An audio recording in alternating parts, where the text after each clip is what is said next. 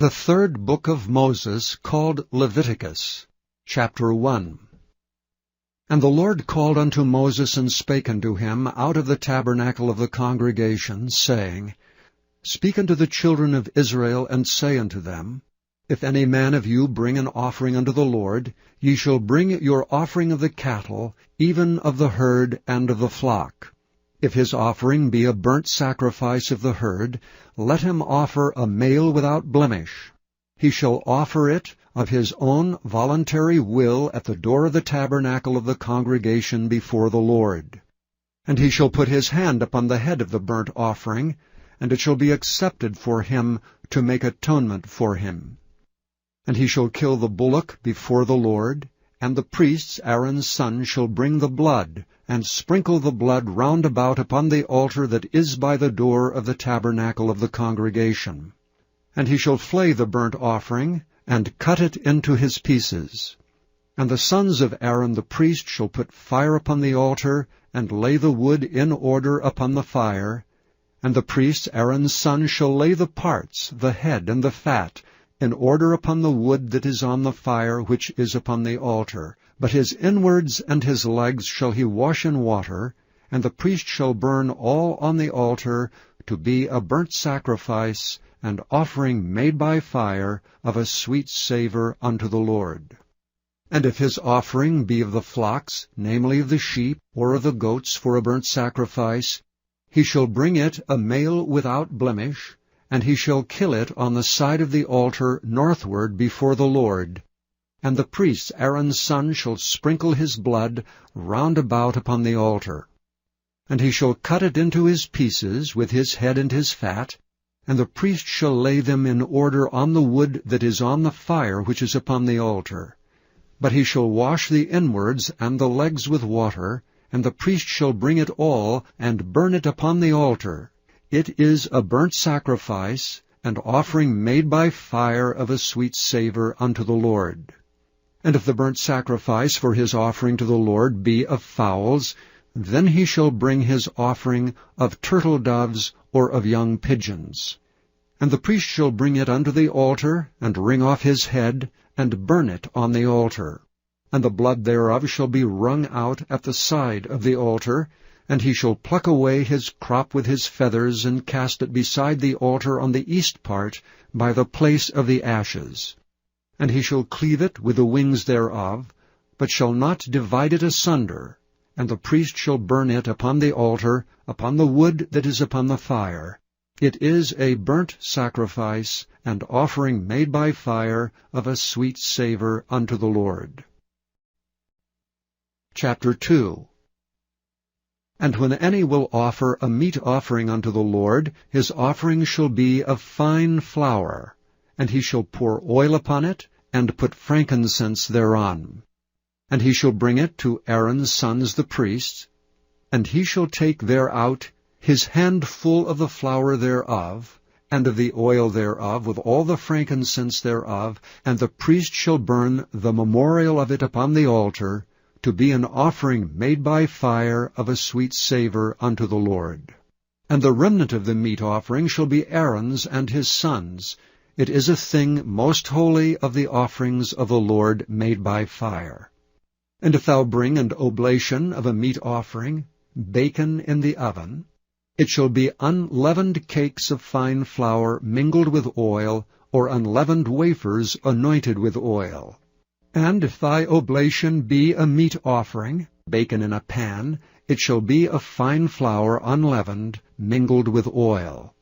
Thou shalt part it in pieces, and pour oil thereon. It is a meat offering.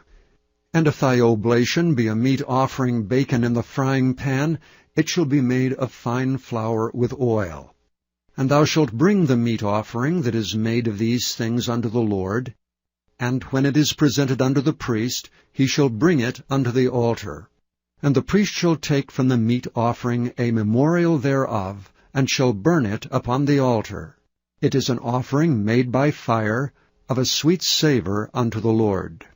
And that which is left of the meat offering shall be Aaron's and his sons'. It is a thing most holy of the offerings of the Lord made by fire. No meat offering which ye shall bring unto the Lord shall be made with leaven, for ye shall burn no leaven nor any honey in any offering of the Lord made by fire. As for the oblation of the firstfruits, ye shall offer them unto the Lord, but they shall not be burnt on the altar for a sweet savour. And every oblation of thy meat offering shalt thou season with salt, neither shalt thou suffer the salt of the covenant of thy God to be lacking from thy meat offering. With all thine offerings thou shalt offer salt. And if thou offer a meat offering of thy firstfruits unto the Lord, thou shalt offer for the meat offering of thy firstfruits green ears of corn, dried by the fire, even corn beaten out of full ears. And thou shalt put oil upon it, and lay frankincense thereon. It is a meat offering. And the priest shall burn the memorial of it, part of the beaten corn thereof, and part of the oil thereof, with all the frankincense thereof. It is an offering made by fire unto the Lord. Chapter 3. And if his oblation be a sacrifice of peace offering, if he offer it of the herd, whether it be a male or female, he shall offer it without blemish before the Lord. And he shall lay his hand upon the head of his offering, and kill it at the door of the tabernacle of the congregation. And Aaron's sons the priest shall sprinkle the blood upon the altar round about. And he shall offer of the sacrifice of the peace offering an offering made by fire unto the Lord, the fat that covereth the inwards, and all the fat that is upon the inwards, and the 2 kidneys, and the fat that is on them, which is by the flanks, and the caul above the liver with the kidneys, it shall he take away. And Aaron's son shall burn it on the altar upon the burnt sacrifice, which is upon the wood that is on the fire. It is an offering made by fire of a sweet savour unto the Lord. And if his offering for a sacrifice of peace offering unto the Lord be of the flock, male or female, he shall offer it without blemish. If he offer a lamb for his offering, then shall he offer it before the Lord. And he shall lay his hand upon the head of his offering, and kill it before the tabernacle of the congregation. And Aaron's son shall sprinkle the blood thereof round about upon the altar. And he shall offer of the sacrifice of the peace offering and offering made by fire unto the Lord, the fat thereof, and the whole rump. It shall he take off hard by the backbone, and the fat that covereth the inwards, and all the fat that is upon the inwards, and the 2 kidneys, and the fat that is upon them, which is by the flanks, and the caul above the liver, with the kidneys, it shall he take away. And the priest shall burn it upon the altar. It is the food of the offering made by fire unto the Lord. And if his offering be of a goat, then he shall offer it before the Lord. And he shall lay his hand upon the head of it, and kill it before the tabernacle of the congregation. And the sons of Aaron shall sprinkle the blood thereof upon the altar round about. And he shall offer thereof his offering, even an offering made by fire unto the Lord, the fat that covereth the inwards, and all the fat that is upon the inwards, and the 2 kidneys, and the fat that is upon them, which is by the flanks, and the caul above the liver, with the kidneys, it shall he take away. And the priest shall burn them upon the altar. It is the food of the offering made by fire for a sweet savour. All the fat is the Lord's. It shall be a perpetual statute for your generations throughout all your dwellings, that ye eat neither fat nor blood. Chapter 4. And the Lord spake unto Moses, saying, Speak unto the children of Israel, saying, If a soul shall sin through ignorance against any of the commandments of the Lord concerning things which ought not to be done, and shall do against any of them, if the priest that is anointed do sin according to the sin of the people, then let him bring for his sin which he hath sinned a young bullock without blemish unto the Lord for a sin offering. And he shall bring the bullock unto the door of the tabernacle of the congregation before the Lord, and shall lay his hand upon the bullock's head, and kill the bullock before the Lord. And the priest that is anointed shall take of the bullock's blood, and bring it to the tabernacle of the congregation. And the priest shall dip his finger in the blood, and sprinkle of the blood 7 times before the Lord, before the veil of the sanctuary. And the priest shall put some of the blood upon the horns of the altar of sweet incense before the Lord, which is in the tabernacle of the congregation, and shall pour all the blood of the bullock at the bottom of the altar of the burnt offering, which is at the door of the tabernacle of the congregation.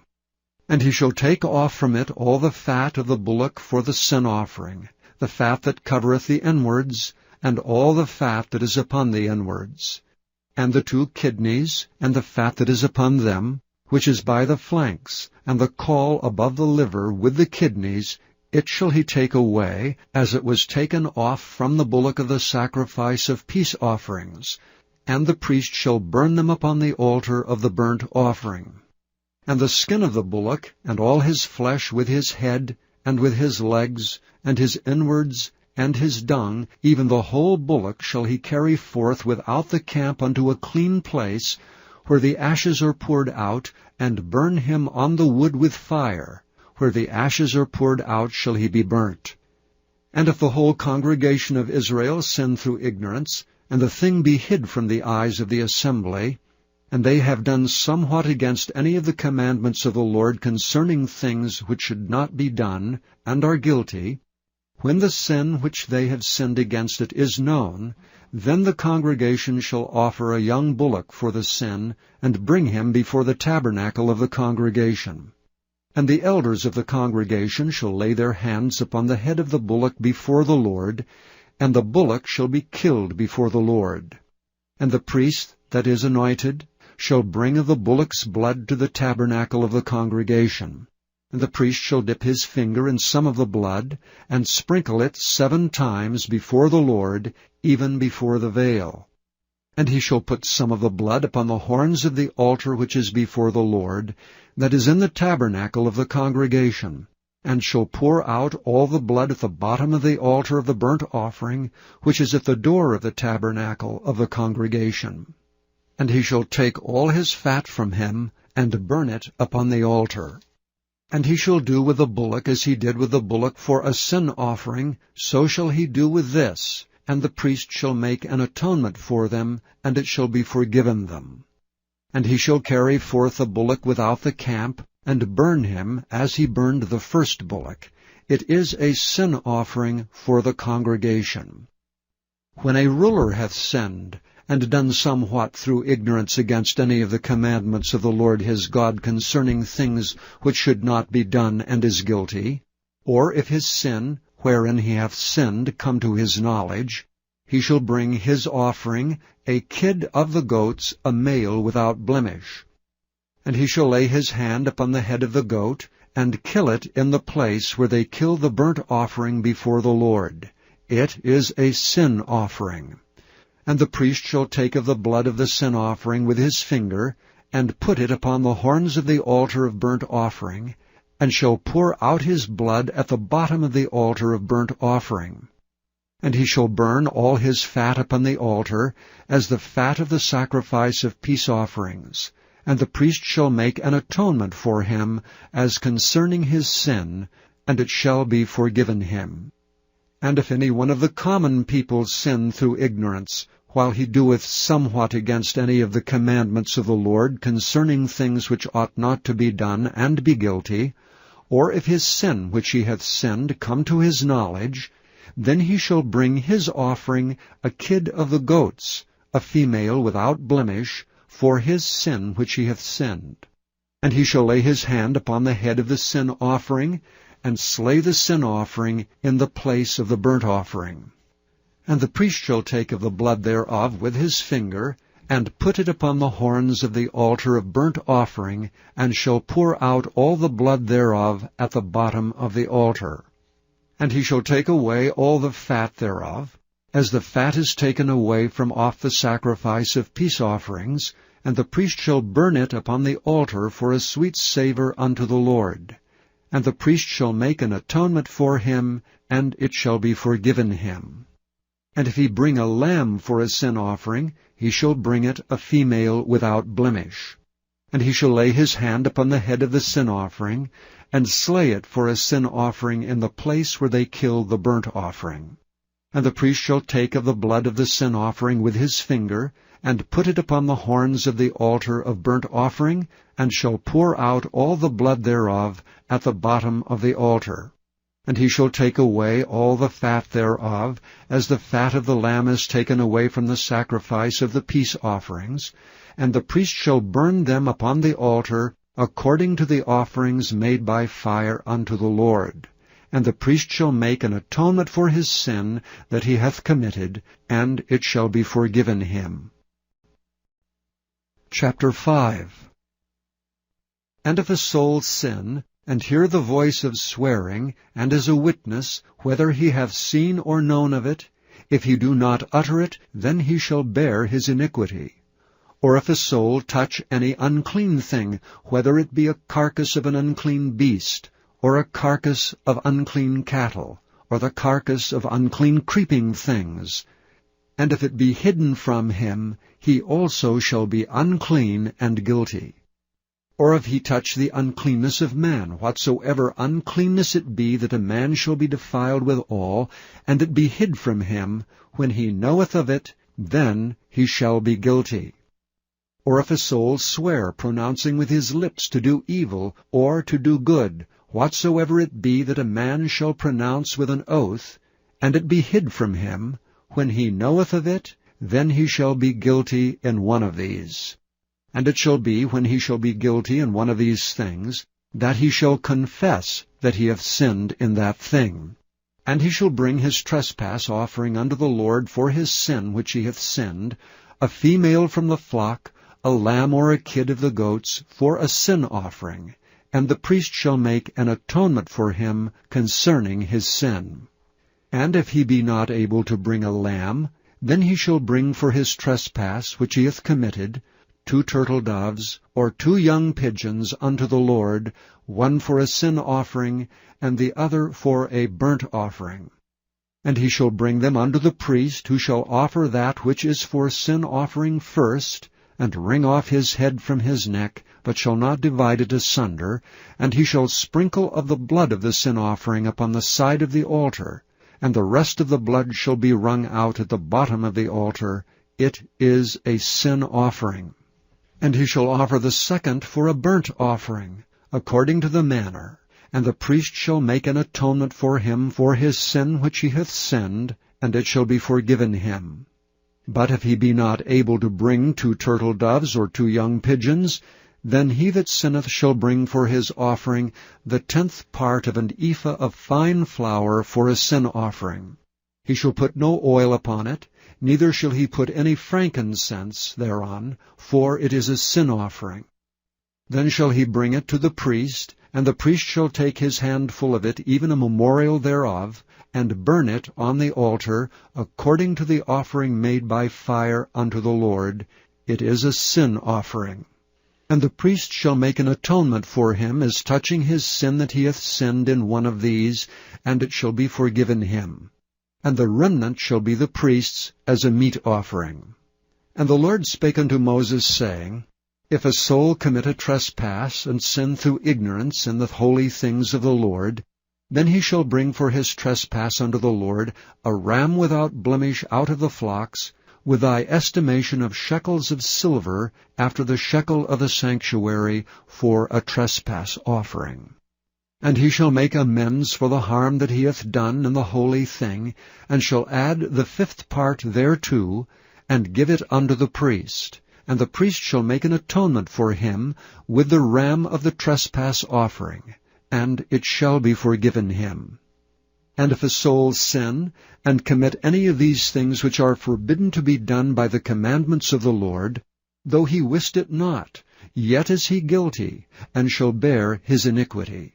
And he shall bring a ram without blemish out of the flock, with thy estimation for a trespass offering unto the priest, and the priest shall make an atonement for him concerning his ignorance wherein he erred, and wist it not, and it shall be forgiven him. It is a trespass offering. he hath certainly trespassed against the Lord. Chapter 6. And the Lord spake unto Moses, saying, If a soul sin, and commit a trespass against the Lord, and lie unto his neighbor in that which was delivered him to keep, or in fellowship, or in a thing taken away by violence, or hath deceived his neighbor, or hath found that which was lost, and lieth concerning it, and sweareth falsely, in any of all these that a man doeth, sinning therein, then it shall be, because he hath sinned and is guilty, that he shall restore that which he took violently away, or the thing which he hath deceitfully gotten, or that which was delivered him to keep, or the lost thing which he found, or all that about which he hath sworn falsely. He shall even restore it in the principal, and shall add the 5th part more thereto, and give it unto him to whom it appertaineth, in the day of his trespass offering. And he shall bring his trespass offering unto the Lord, a ram without blemish out of the flock, with thy estimation, for a trespass offering unto the priest. And the priest shall make an atonement for him before the Lord, and it shall be forgiven him for anything of all that he hath done in trespassing therein. And the Lord spake unto Moses, saying, Command Aaron and his sons, saying, This is the law of the burnt offering. It is the burnt offering because of the burning upon the altar all night unto the morning, and the fire of the altar shall be burning in it. And the priest shall put on his linen garment, and his linen breeches shall he put upon his flesh, and take up the ashes which the fire hath consumed, with the burnt offering on the altar, and he shall put them beside the altar. And he shall put off his garments, and put on other garments, and carry forth the ashes without the camp unto a clean place. And the fire upon the altar shall be burning in it, it shall not be put out, and the priest shall burn wood on it every morning, and lay the burnt offering in order upon it, and he shall burn thereon the fat of the peace offerings. The fire shall ever be burning upon the altar, it shall never go out. And this is the law of the meat offering. The sons of Aaron shall offer it before the Lord, before the altar. And he shall take of it his handful of the flour of the meat offering, and of the oil thereof, and all the frankincense which is upon the meat offering, and shall burn it upon the altar for a sweet savour, even the memorial of it unto the Lord. And the remainder thereof shall Aaron and his sons eat. With unleavened bread shall it be eaten in the holy place. In the court of the tabernacle of the congregation they shall eat it. It shall not be baken with leaven. I have given it unto them for their portion of my offerings made by fire. It is most holy, as is the sin offering, and as the trespass offering. All the males among the children of Aaron shall eat of it. It shall be a statute forever in your generations concerning the offerings of the Lord made by fire. Every one that toucheth them shall be holy. And the Lord spake unto Moses, saying, This is the offering of Aaron and of his sons, which they shall offer unto the Lord in the day when he is anointed, the 10th part of an ephah fine flour for a meat offering perpetual, half of it in the morning, and half thereof at night. In a pan it shall be made with oil, and when it is baken, thou shalt bring it in, and the baken pieces of the meat offering shalt thou offer for a sweet savour unto the Lord. And the priest of his sons that is anointed in his stead shall offer it. It is a statute for ever unto the Lord. It shall be wholly burnt. For every meat offering for the priest shall be wholly burnt. It shall not be eaten. And the Lord spake unto Moses, saying, Speak unto Aaron and to his sons, saying, This is the law of the sin offering. In the place where the burnt offering is killed shall the sin offering be killed before the Lord. It is most holy. The priest that offereth it for sin shall eat it. In the holy place shall it be eaten, in the court of the tabernacle of the congregation. Whatsoever shall touch the flesh thereof shall be holy, And when there is sprinkled of the blood thereon upon any garment, thou shalt wash that whereon it was sprinkled in the holy place. But the earthen vessel wherein it is sodden shall be broken, and if it be sodden in a brazen pot, it shall be both scoured and rinsed in water. All the males among the priests shall eat thereof. It is most holy. And no sin offering, whereof any of the blood is brought into the tabernacle of the congregation to reconcile with all in the holy place, shall be eaten. It shall be burnt in the fire. Chapter 7. Likewise, this is the law of the trespass offering. It is most holy. In the place where they kill the burnt offering shall they kill the trespass offering, and the blood thereof shall be sprinkled round about upon the altar. And he shall offer of it all the fat thereof, the rump and the fat that covereth the inwards, and the 2 kidneys, and the fat that is on them, which is by the flanks, and the caul that is above the liver with the kidneys, it shall he take away. And the priest shall burn them upon the altar for an offering made by fire unto the Lord. It is a trespass offering. Every male among the priests shall eat thereof. It shall be eaten in the holy place. It is most holy. As the sin offering is, so is the trespass offering. There is one law for them. The priest that maketh atonement therewith shall have it. And the priest that offereth any man's burnt offering, even the priest shall have to himself the skin of the burnt offering which he hath offered. And all the meat offering that is baken in the oven, and all that is dressed in the frying pan, and in the pan shall be the priest's that offereth it. And every meat offering mingled with oil and dry shall all the sons of Aaron have, one as much as another. And this is the law of the sacrifice of peace offerings which he shall offer unto the Lord. If he offer it for a thanksgiving, then he shall offer with the sacrifice of thanksgiving unleavened cakes mingled with oil, and unleavened wafers anointed with oil, and cakes mingled with oil of fine flour fried. Besides the cakes, he shall offer for his offering leavened bread with the sacrifice of thanksgiving of his peace offerings. And of it he shall offer one out of a whole oblation for an heave offering unto the Lord, and it shall be the priest that sprinkleth the blood of the peace offerings. And the flesh of the sacrifice of his peace offerings for thanksgiving shall be eaten the same day that it is offered. He shall not leave any of it until the morning. But if the sacrifice of his offering be a vow, or a voluntary offering, it shall be eaten the same day that he offereth his sacrifice, and on the morrow also the remainder of it shall be eaten. But the remainder of the flesh of the sacrifice of the 3rd day shall be burnt with fire. And if any of the flesh of the sacrifice of his peace offerings be eaten at all on the 3rd day, it shall not be accepted, neither shall it be imputed unto him that offereth it. It shall be an abomination, and the soul that eateth of it shall bear his iniquity. And the flesh that toucheth any unclean thing shall not be eaten. It shall be burnt with fire. And as for the flesh, all that be clean shall eat thereof. But the soul that eateth of the flesh of the sacrifice of peace offerings, that pertain unto the Lord, having his uncleanness upon him, even that soul shall be cut off from his people. Moreover, the soul that shall touch any unclean thing, as the uncleanness of man, or any unclean beast, or any abominable unclean thing, and eat of the flesh of the sacrifice of peace offerings, which pertain unto the Lord, even that soul shall be cut off from his people.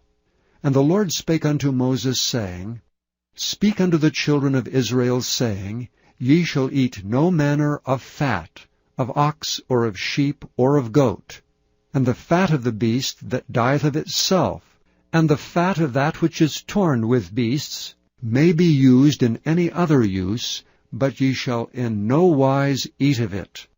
For whosoever eateth the fat of the beasts, of which men offer an offering made by fire unto the Lord, even the soul that eateth it shall be cut off from his people. Moreover, ye shall eat no manner of blood, whether it be of fowl or of beast, in any of your dwellings. Whatsoever soul it be that eateth any manner of blood, even that soul shall be cut off from his people. And the Lord spake unto Moses, saying, Speak unto the children of Israel, saying, He that offereth the sacrifice of his peace offering unto the Lord shall bring his oblation unto the Lord of the sacrifice of his peace offerings. His own hands shall bring the offerings of the Lord made by fire, the fat with the breast. It shall he bring, that the breast may be waved for a wave offering before the Lord. And the priest shall burn the fat upon the altar, but the breast shall be Aaron's and his sons'. And the right shoulder shall ye give unto the priest for an heave offering of the sacrifices of your peace offerings. He among the sons of Aaron, that offereth the blood of the peace offerings and the fat, shall have the right shoulder for his part.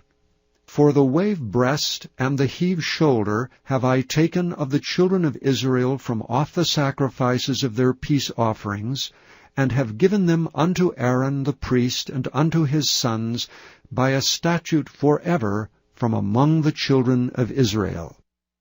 This is the portion of the anointing of Aaron and of the anointing of his sons out of the offerings of the Lord made by fire, in the day when he presented them to minister unto the Lord in the priest's office, which the Lord commanded to be given them of the children of Israel in the day that he anointed them, by a statute forever throughout their generations.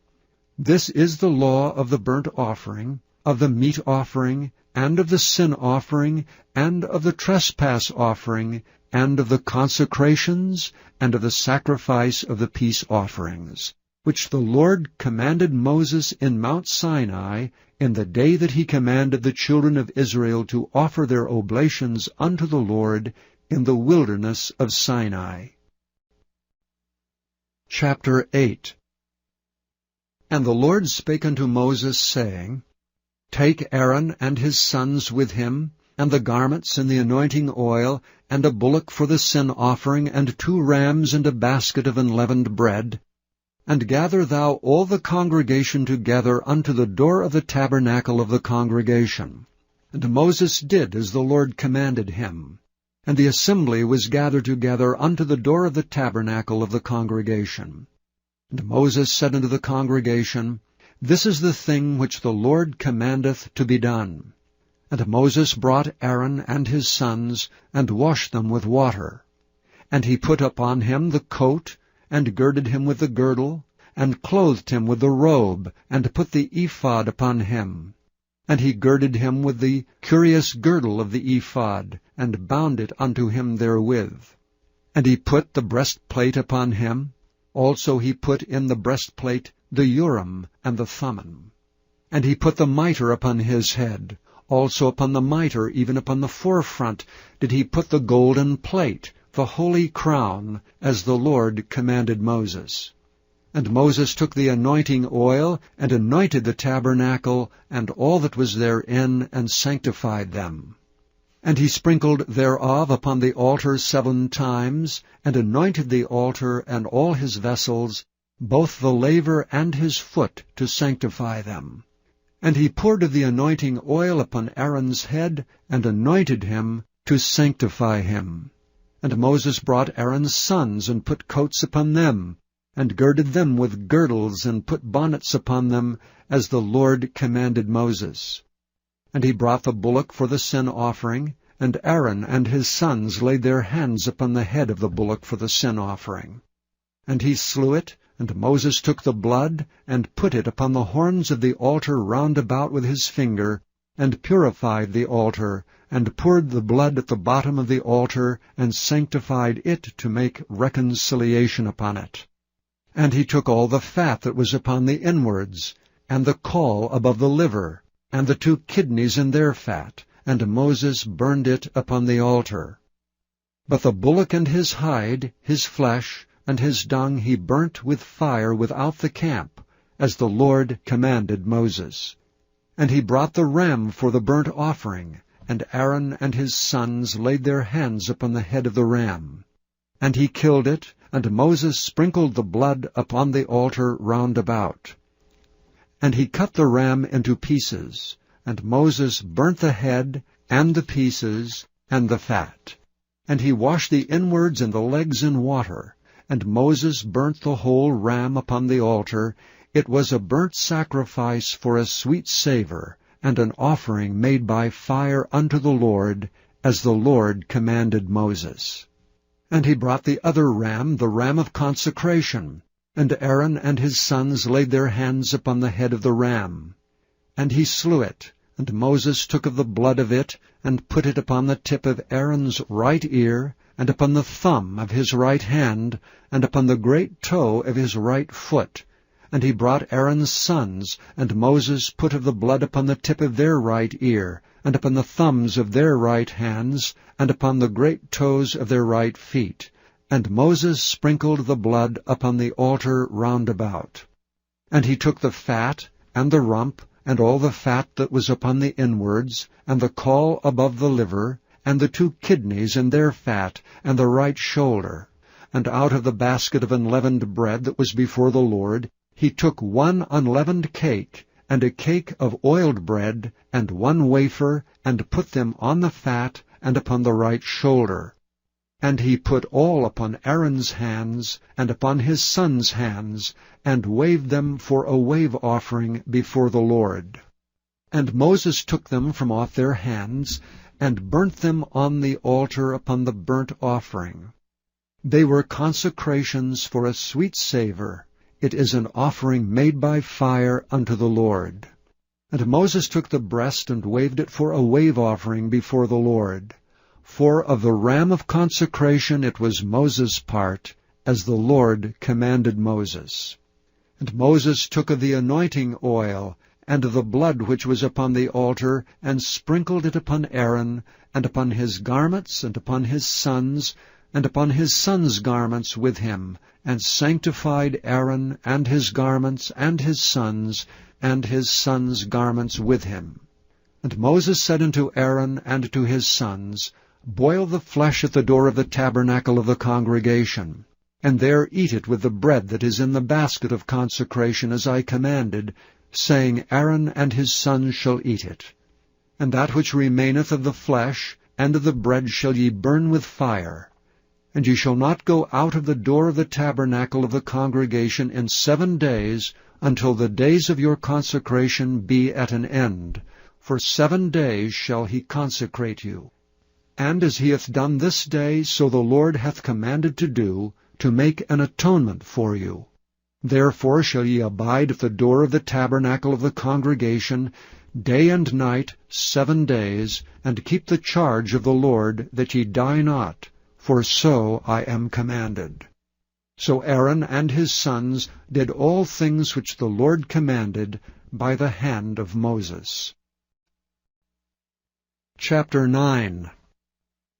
And it came to pass on the 8th day that Moses called Aaron and his sons and the elders of Israel, and he said unto Aaron, Take thee a young calf for a sin offering, and a ram for a burnt offering without blemish, and offer them before the Lord.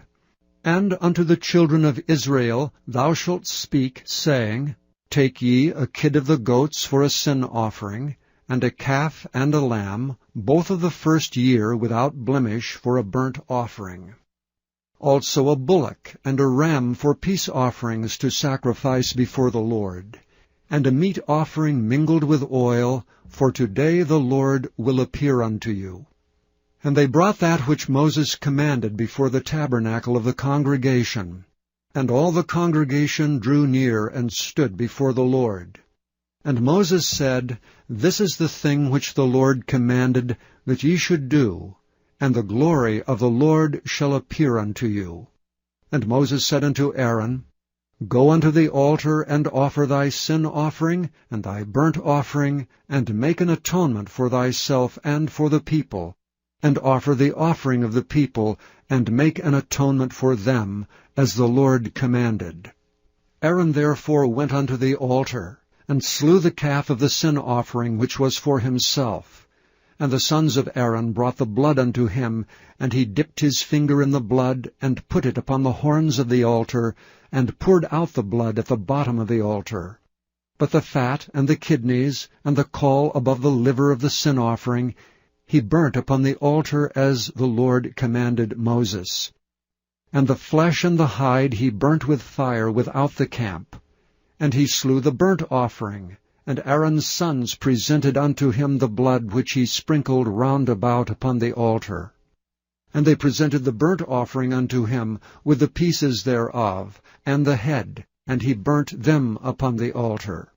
And he did wash the inwards and the legs, and burnt them upon the burnt offering on the altar. And he brought the people's offerings, and took the goat which was the sin offering for the people, and slew it, and offered it for sin as the first. And he brought the burnt offering, and offered it according to the manner. And he brought the meat offering, and took an handful thereof, and burnt it upon the altar beside the burnt sacrifice of the morning. He slew also the bullock and the ram for a sacrifice of peace offerings, which was for the people. And Aaron's sons presented unto him the blood, which he sprinkled upon the altar round about, and the fat of the bullock and of the ram, the rump and that which covereth the inwards, and the kidneys, and the caul above the liver. And they put the fat upon the breasts, and he burnt the fat upon the altar. And the breasts and the right shoulder Aaron waved for a wave offering before the Lord, as Moses commanded. And Aaron lifted up his hand toward the people, and blessed them, and came down from offering of the sin offering, and the burnt offering, and the peace offerings.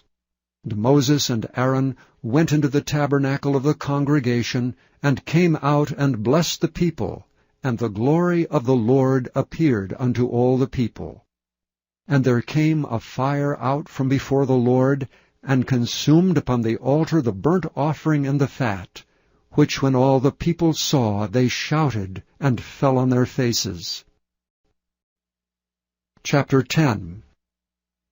And Nadab and Abihu, the sons of Aaron, took either of them his censer, and put fire therein, and put incense thereon, and offered strange fire before the Lord, which he commanded them not.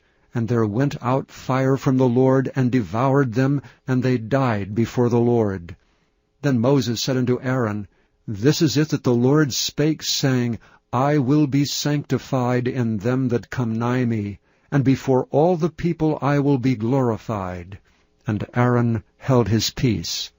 And Moses called Mishael and Elzaphan the sons of Uzziel, the uncle of Aaron, and said unto them, Come near, carry your brethren from before the sanctuary out of the camp.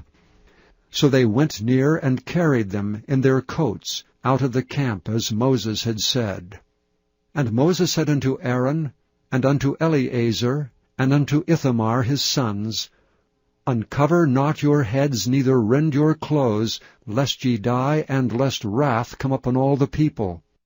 But let your brethren, the whole house of Israel, bewail the burning which the Lord hath kindled. And ye shall not go out from the door of the tabernacle of the congregation, lest ye die, for the anointing oil of the Lord is upon you. And they did according to the word of Moses. And the Lord spake unto Aaron, saying, Do not drink wine nor strong drink, thou nor thy sons with thee, when ye go into the tabernacle of the congregation, lest ye die. It shall be a statute for ever throughout your generations, and that ye may put difference between holy and unholy, and between unclean and clean. And that ye may teach the children of Israel all the statutes which the Lord hath spoken unto them by the hand of Moses. And Moses spake unto Aaron, and unto Eleazar, and unto Ithamar his sons that were left, Take the meat offering that remaineth of the offerings of the Lord made by fire, and eat it without leaven beside the altar, for it is most holy. And ye shall eat it in the holy place, because it is thy due, and thy sons' due, of the sacrifices of the Lord made by fire, for so I am commanded.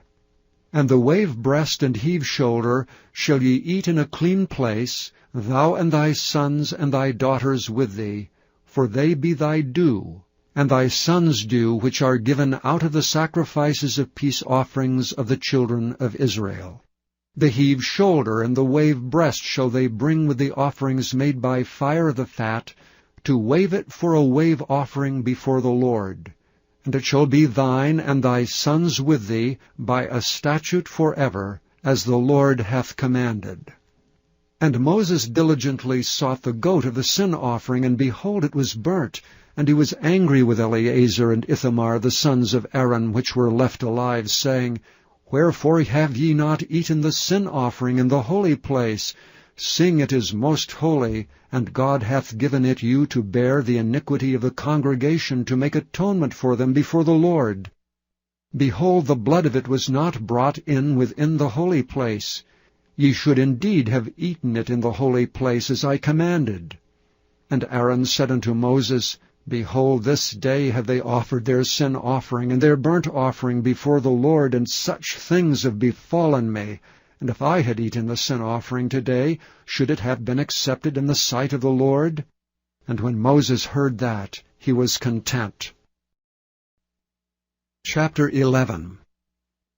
And the Lord spake unto Moses and to Aaron, saying unto them, Speak unto the children of Israel, saying, These are the beasts which ye shall eat among all the beasts that are on the earth. Whatsoever parteth the hoof, and is cloven-footed, and cheweth the cud among the beasts, that shall ye eat.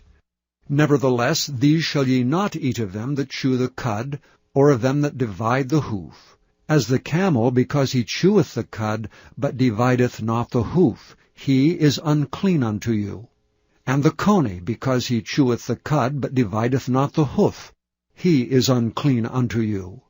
And the hare, because he cheweth the cud, but divideth not the hoof, he is unclean unto you. And the swine, though he divide the hoof, and be cloven-footed, yet he cheweth not the cud, he is unclean to you. Of their flesh shall ye not eat, and their carcasses shall ye not touch, they are unclean to you. These shall ye eat of all that are in the waters, whatsoever hath fins and scales in the waters, in the seas and in the rivers, them shall ye eat. And all that have not fins and scales in the seas and in the rivers, and all that move in the waters, and of any living thing which is in the waters, they shall be an abomination unto you. They shall be even an abomination unto you. Ye shall not eat of their flesh, but ye shall have their carcasses in abomination. Whatsoever hath no fins nor scales in the waters, that shall be an abomination unto you. And these are they which ye shall have in abomination among the fowls. They shall not be eaten. They are an abomination, the eagle, and the ossifrage, and the osprey, and the vulture, and the kite after his kind, every raven after his kind, and the owl, and the nighthawk, and the cuckoo, and the hawk after his kind, and the little owl, and the cormorant, and the great owl, and the swan, and the pelican, and the gyre-eagle, and the stork, the heron after her kind, and the lapwing, and the bat. All fowls that creep, going upon all four, shall be an abomination unto you. Yet these may ye eat of, every flying creeping thing that goeth upon all four, which have legs above their feet, to leap withal upon the earth. Even these of them ye may eat, the locust after his kind, and the bald locust after his kind, and the beetle after his kind, and the grasshopper after his kind. But all other flying, creeping things, which have 4 feet, shall be an abomination unto you. And for these ye shall be unclean. Whosoever toucheth the carcass of them shall be unclean until the even. And whosoever beareth aught of the carcass of them shall wash his clothes, and be unclean until the even. The carcasses of every beast which divideth the hoof, and is not cloven-footed, nor cheweth the cud, are unclean unto you. Every one that toucheth them shall be unclean. And whatsoever goeth upon his paws among all manner of beasts that go on all four, those are unclean unto you. Whoso toucheth their carcass shall be unclean until the even. And he that beareth the carcass of them shall wash his clothes, and be unclean until the even. They are unclean unto you. These also shall be unclean unto you among the creeping things that creep upon the earth, the weasel, and the mouse, and the tortoise after his kind, and the ferret, and the chameleon, and the lizard, and the snail, and the mole. These are unclean to you among all that creep. Whosoever doth touch them, when they be dead, shall be unclean until the even. And upon whatsoever any of them, when they are dead, doth fall, it shall be unclean, whether it be any vessel of wood, or raiment, or skin, or sack, whatsoever vessel it be, wherein any work is done, it must be put into water, and it shall be unclean until the even, so it shall be cleansed. And every earthen vessel, whereinto any of them falleth, whatsoever is in it shall be unclean, and ye shall break it. Of all meat which may be eaten, that on which such water cometh shall be unclean, and all drink that may be drunk in every such vessel shall be unclean. And everything whereupon any part of their carcass falleth shall be unclean, whether it be oven or ranges for pots, they shall be broken down, for they are unclean, and shall be unclean unto you. Nevertheless, a fountain or pit, wherein there is plenty of water, shall be clean, but that which toucheth their carcass shall be unclean. And if any part of their carcass fall upon any sowing seed which is to be sown, it shall be clean. But if any water be put upon the seed, and any part of their carcass fall thereon, it shall be unclean unto you. And if any beast, of which ye may eat, die, he that toucheth the carcass thereof shall be unclean until the even. And he that eateth of the carcass of it shall wash his clothes, and be unclean until the even. He also that beareth the carcass of it shall wash his clothes, and be unclean until the even. And every creeping thing that creepeth upon the earth shall be an abomination, it shall not be eaten. Whatsoever goeth upon the belly, whatsoever goeth upon all four, or whatsoever hath more feet among all creeping things that creep upon the earth, them ye shall not eat, for they are an abomination. Ye shall not make yourselves abominable with any creeping thing that creepeth, neither shall ye make yourselves unclean with them, that ye should be defiled thereby. For I am the Lord your God. Ye shall therefore sanctify yourselves, and ye shall be holy, for I am holy. Neither shall ye defile yourselves with any manner of creeping thing that creepeth upon the earth. For I am the Lord that bringeth you up out of the land of Egypt, to be your God. Ye shall therefore be holy, for I am holy. This is the law of the beasts, and of the fowl, and of every living creature that moveth in the waters, and of every creature that creepeth upon the earth, to make a difference between the unclean and the clean, and between the beast that may be eaten, and the beast that may not be eaten. Chapter 12. And the Lord spake unto Moses, saying, Speak unto the children of Israel, saying, If a woman have conceived seed, and born a man-child, then she shall be unclean 7 days. According to the days of the separation of her infirmity shall she be unclean. And in the 8th day the flesh of his foreskin shall be circumcised.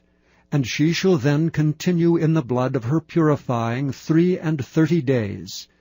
She shall touch no hallowed thing, nor come into the sanctuary, until the days of her purifying be fulfilled.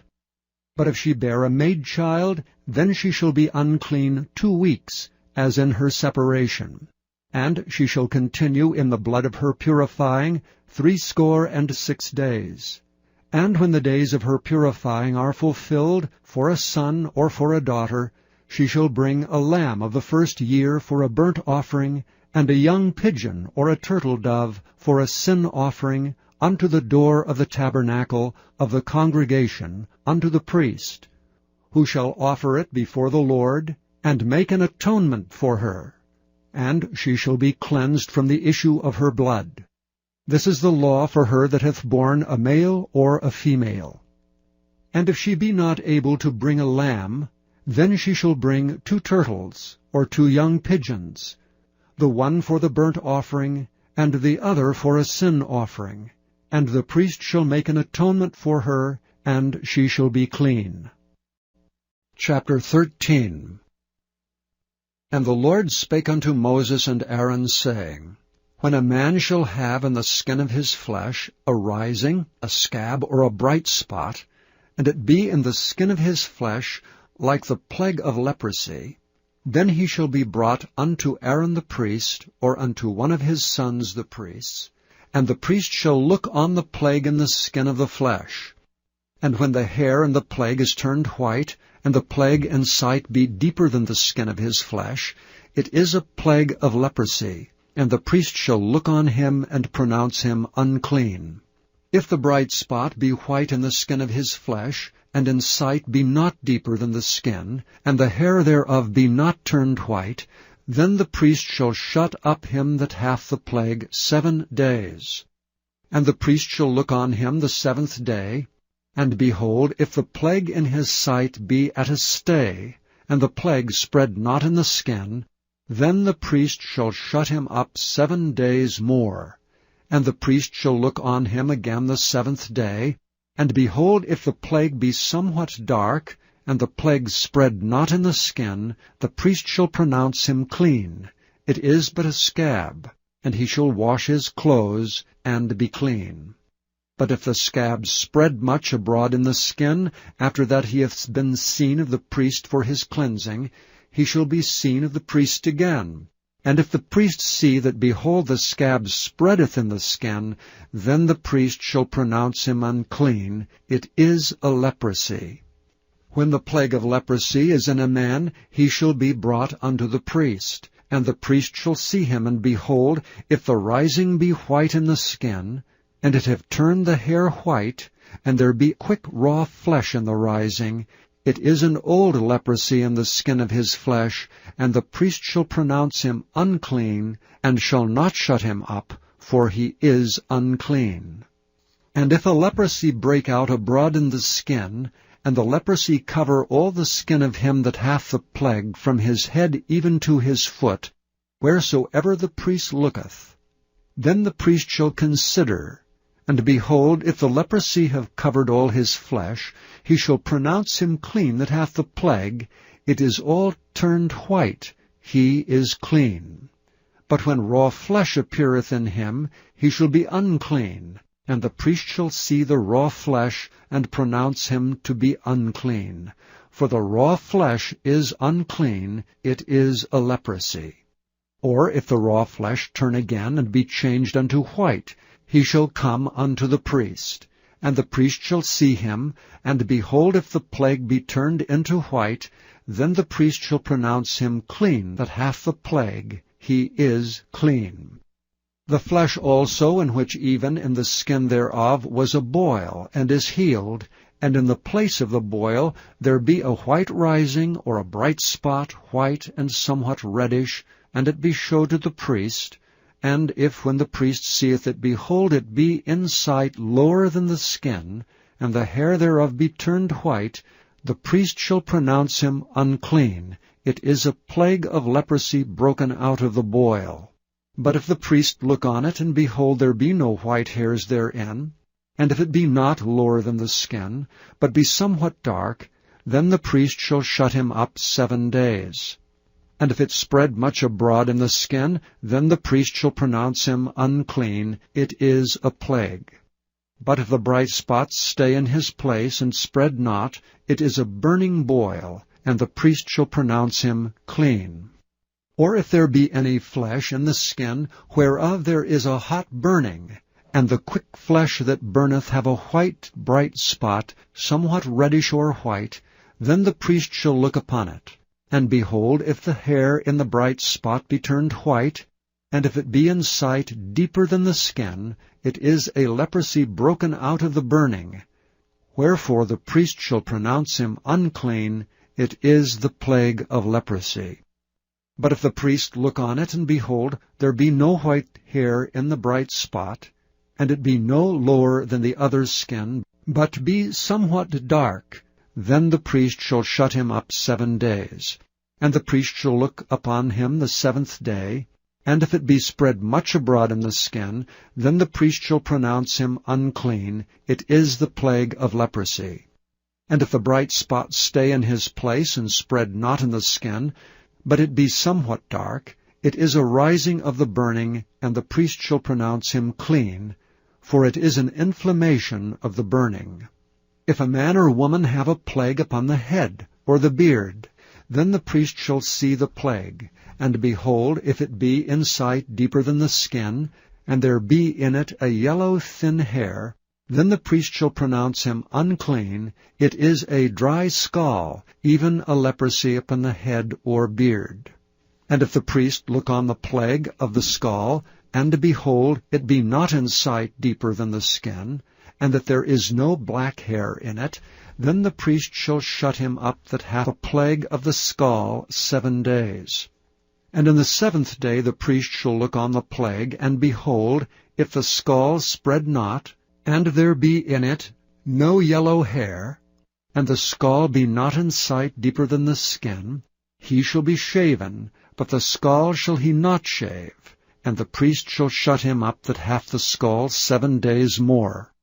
And in the 7th day the priest shall look on the scall, and behold, if the scall be not spread in the skin, nor be in sight deeper than the skin, then the priest shall pronounce him clean, and he shall wash his clothes, and be clean. But if the scall spread abroad much in the skin after his cleansing, then the priest shall look on him, and behold, if the scall be spread in the skin, the priest shall not seek for yellow hair, he is unclean. But if the scall be in his sight at a stay, and that there is black hair grown up therein, the scall is healed, he is clean, and the priest shall pronounce him clean. If a man also or a woman have in the skin of their flesh bright spots, even white bright spots, then the priest shall look. And behold, if the bright spots in the skin of their flesh be darkish white, it is a freckled spot that groweth in the skin, he is clean. And the man whose hair is fallen off his head, he is bald, yet he is clean. And he that hath his hair fallen off from part of his head toward his face, he is forehead bald, yet he is clean. And if there be in the bald head, or bald forehead, a white reddish sore, it is a leprosy sprung up in his bald head or his bald forehead. Then the priest shall look upon it, and behold, if the rising of the sore be white reddish in his bald head, or in his bald forehead, as the leprosy appeareth in the skin of the flesh, he is a leprous man, he is unclean. The priest shall pronounce him utterly unclean, his plague is in his head. And if the leper in whom the plague is, his clothes shall be rent, and his head bare, and he shall put a covering upon his upper lip, and shall cry, Unclean, unclean. All the days wherein the plague shall be in him, he shall be defiled. He is unclean, he shall dwell alone, without the camp shall his habitation be. The garment also that the plague of leprosy is in, whether it be a woolen garment or a linen garment, whether it be in the warp or woof, of linen or of woolen, whether in a skin or in anything made of skin, and if the plague be greenish or reddish in the garment, or in the skin, either in the warp or in the woof, or in anything of skin, it is a plague of leprosy, and shall be showed unto the priest. And the priest shall look upon the plague, and shut up it that hath the plague 7 days. And he shall look on the plague on the 7th day. If the plague be spread in the garment, either in the warp or in the woof, or in a skin, or in any work that is made of skin, the plague is in a fretting leprosy, it is unclean. He shall therefore burn that garment, whether warp or woof, in woolen or in linen, or anything of skin wherein the plague is. For it is a fretting leprosy, it shall be burnt in the fire. And if the priest shall look and behold the plague be not spread in the garment, either in the warp or in the woof, or in anything of skin, then the priest shall command that they wash the thing wherein the plague is, and he shall shut it up 7 days more. And the priest shall look on the plague, after that it is washed. And behold, if the plague have not changed his color, and the plague be not spread, it is unclean. Thou shalt burn it in the fire. It is fret inward, whether it be bare within or without. And if the priest look, and behold, the plague be somewhat dark after the washing of it, then he shall rend it out of the garment, or out of the skin, or out of the warp, or out of the woof. And if it appears still in the garment, either in the warp, or in the woof, or in anything of skin, it is a spreading plague. Thou shalt burn that wherein the plague is with fire. And the garment, either warp or woof, or whatsoever thing of skin it be, which thou shalt wash, if the plague be departed from them, then it shall be washed the second time, and shall be clean. This is the law of the plague of leprosy in a garment of woolen or linen, either in the warp or woof, or anything of skins, to pronounce it clean, or to pronounce it unclean. Chapter 14. And the Lord spake unto Moses, saying, This shall be the law of the leper in the day of his cleansing. He shall be brought unto the priest. And the priest shall go forth out of the camp, and the priest shall look, and behold, if the plague of leprosy be healed in the leper, then shall the priest command to take for him that is to be cleansed 2 birds alive and clean, and cedar wood, and scarlet, and hyssop. And the priest shall command that one of the birds be killed in an earthen vessel over running water. As for the living bird, he shall take it, and the cedar wood, and the scarlet, and the hyssop, and shall dip them and the living bird in the blood of the bird that was killed over the running water. And he shall sprinkle upon him that is to be cleansed from the leprosy 7 times, and shall pronounce him clean, and shall let the living bird loose into the open field. And he that is to be cleansed shall wash his clothes, and shave off all his hair, and wash himself in water, that he may be clean. And after that he shall come into the camp, and shall tarry abroad out of his tent 7 days. But it shall be on the 7th day that he shall shave all his hair off his head, and his beard, and his eyebrows, even all his hair he shall shave off. And he shall wash his clothes, also he shall wash his flesh in water, and he shall be clean. And on the 8th day he shall take 2 he-lambs without blemish, and 1 ewe-lamb of the first year without blemish, and 3/10 deals of fine flour for a meat offering mingled with oil, and 1 log of oil. And the priest that maketh him clean shall present the man that is to be made clean, and those things before the Lord at the door of the tabernacle of the congregation. And the priest shall take 1 he-lamb, and offer him for a trespass offering, and the log of oil, and wave them for a wave offering before the Lord. And he shall slay the lamb in the place where he shall kill the sin offering, and the burnt offering in the holy place. For as the sin offering is the priest's, so is the trespass offering, it is most holy. And the priest shall take some of the blood of the trespass offering, and the priest shall put it upon the tip of the right ear of him that is to be cleansed, and upon the thumb of his right hand, and upon the great toe of his right foot.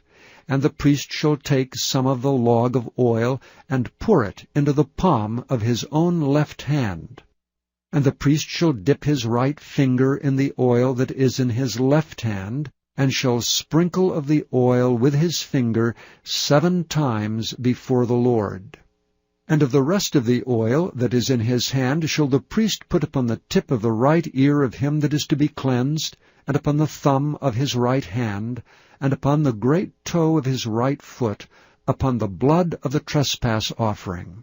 And the remnant of the oil that is in the priest's hand he shall pour upon the head of him that is to be cleansed, and the priest shall make an atonement for him before the Lord. And the priest shall offer the sin offering, and make an atonement for him that is to be cleansed from his uncleanness, and afterward he shall kill the burnt offering. And the priest shall offer the burnt offering and the meat offering upon the altar, and the priest shall make an atonement for him, and he shall be clean. And if he be poor, and cannot get so much, then he shall take 1 lamb for a trespass offering to be waved, to make an atonement for him, and 1/10 deal of fine flour mingled with oil for a meat offering, and a log of oil, and 2 turtle doves or 2 young pigeons, such as he is able to get, and the one shall be a sin offering, and the other a burnt offering. And he shall bring them on the 8th day for his cleansing unto the priest, unto the door of the tabernacle of the congregation before the Lord. And the priest shall take the lamb of the trespass offering and the log of oil, and the priest shall wave them for a wave offering before the Lord. And he shall kill the lamb of the trespass offering, and the priest shall take some of the blood of the trespass offering, and put it upon the tip of the right ear of him that is to be cleansed, and upon the thumb of his right hand, and upon the great toe of his right foot. And the priest shall pour of the oil into the palm of his own left hand, and the priest shall sprinkle with his right finger some of the oil that is in his left hand 7 times before the Lord. And the priest shall put of the oil that is in his hand upon the tip of the right ear of him that is to be cleansed, and upon the thumb of his right hand, and upon the great toe of his right foot, upon the place of the blood of the trespass offering. And the rest of the oil that is in the priest's hand he shall put upon the head of him that is to be cleansed, to make an atonement for him before the Lord. And he shall offer the one of the turtle doves, or of the young pigeons, such as he can get, even such as he is able to get, the one for a sin offering, and the other for a burnt offering, with the meat offering. And the priest shall make an atonement for him that is to be cleansed before the Lord.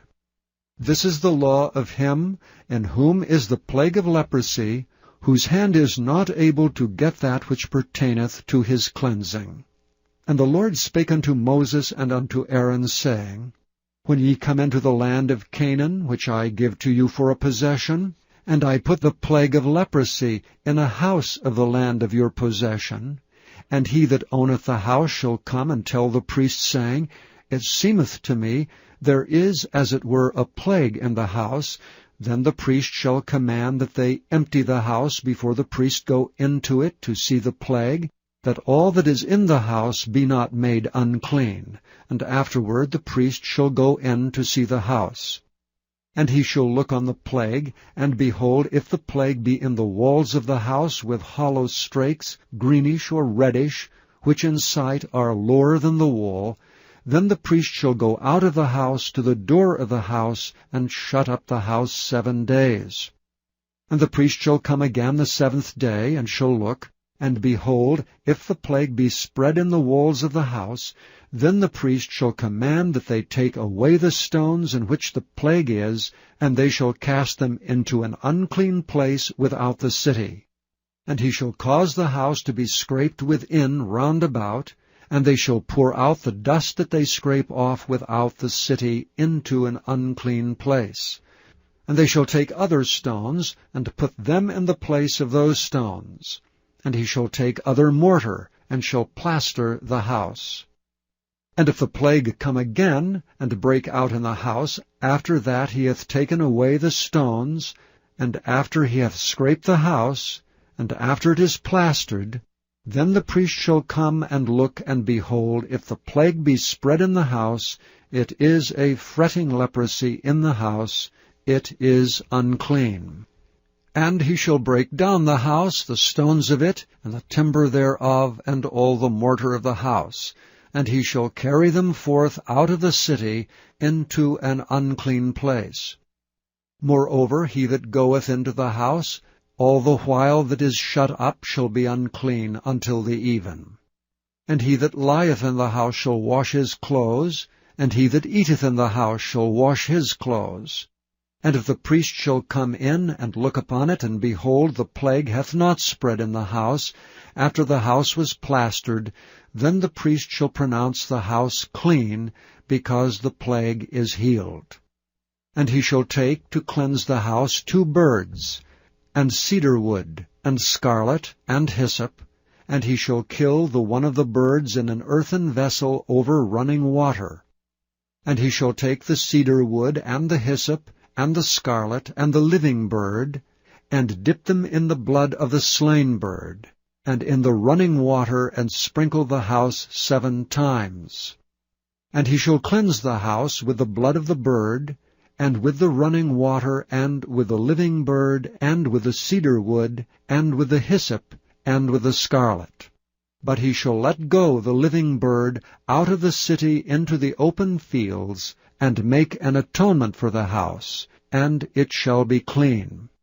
This is the law for all manner of plague of leprosy and scall, and for the leprosy of a garment, and of a house, and for a rising, and for a scab, and for a bright spot, to teach when it is unclean, and when it is clean. This is the law of leprosy.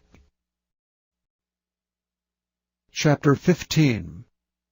And the Lord spake unto Moses and to Aaron, saying, Speak unto the children of Israel, and say unto them, When any man hath a running issue out of his flesh, because of his issue he is unclean.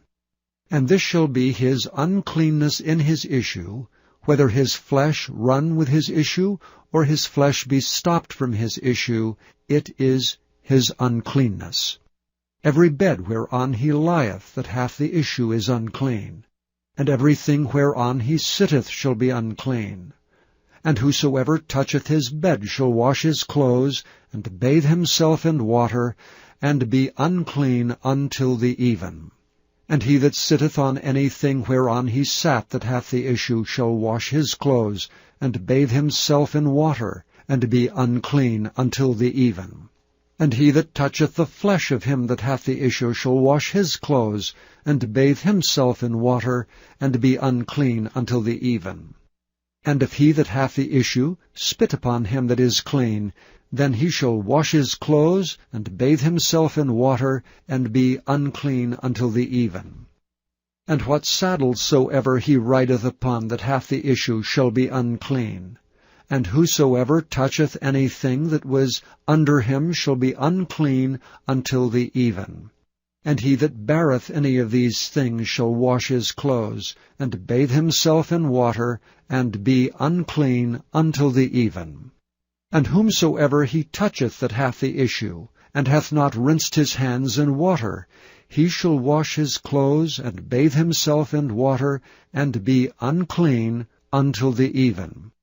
And the vessel of earth that he touched, which hath the issue, shall be broken, and every vessel of wood shall be rinsed in water.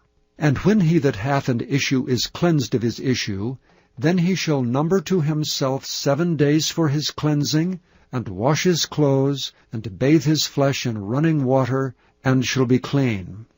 And on the 8th day he shall take to him 2 turtle doves, or 2 young pigeons, and come before the Lord unto the door of the tabernacle of the congregation, and give them unto the priest. And the priest shall offer them, the one for a sin offering, and the other for a burnt offering. And the priest shall make an atonement for him before the Lord for his issue. And if any man's seed of copulation go out from him, then he shall wash all his flesh in water, and be unclean until the even. And every garment, and every skin whereon is the seed of copulation shall be washed with water, and be unclean until the even. The woman also with whom man shall lie with seed of copulation, they shall both bathe themselves in water, and be unclean until the even. And if a woman have an issue, and her issue in her flesh be blood, she shall be put apart 7 days. and whosoever toucheth her shall be unclean until the even. And everything that she lieth upon in her separation shall be unclean. Everything also that she sitteth upon shall be unclean. And whosoever toucheth her bed shall wash his clothes, and bathe himself in water, and be unclean until the even. And whosoever toucheth anything that she sat upon shall wash his clothes, and bathe himself in water, and be unclean until the even. And if it be on her bed, or on anything whereon she sitteth, when he toucheth it, he shall be unclean until the even.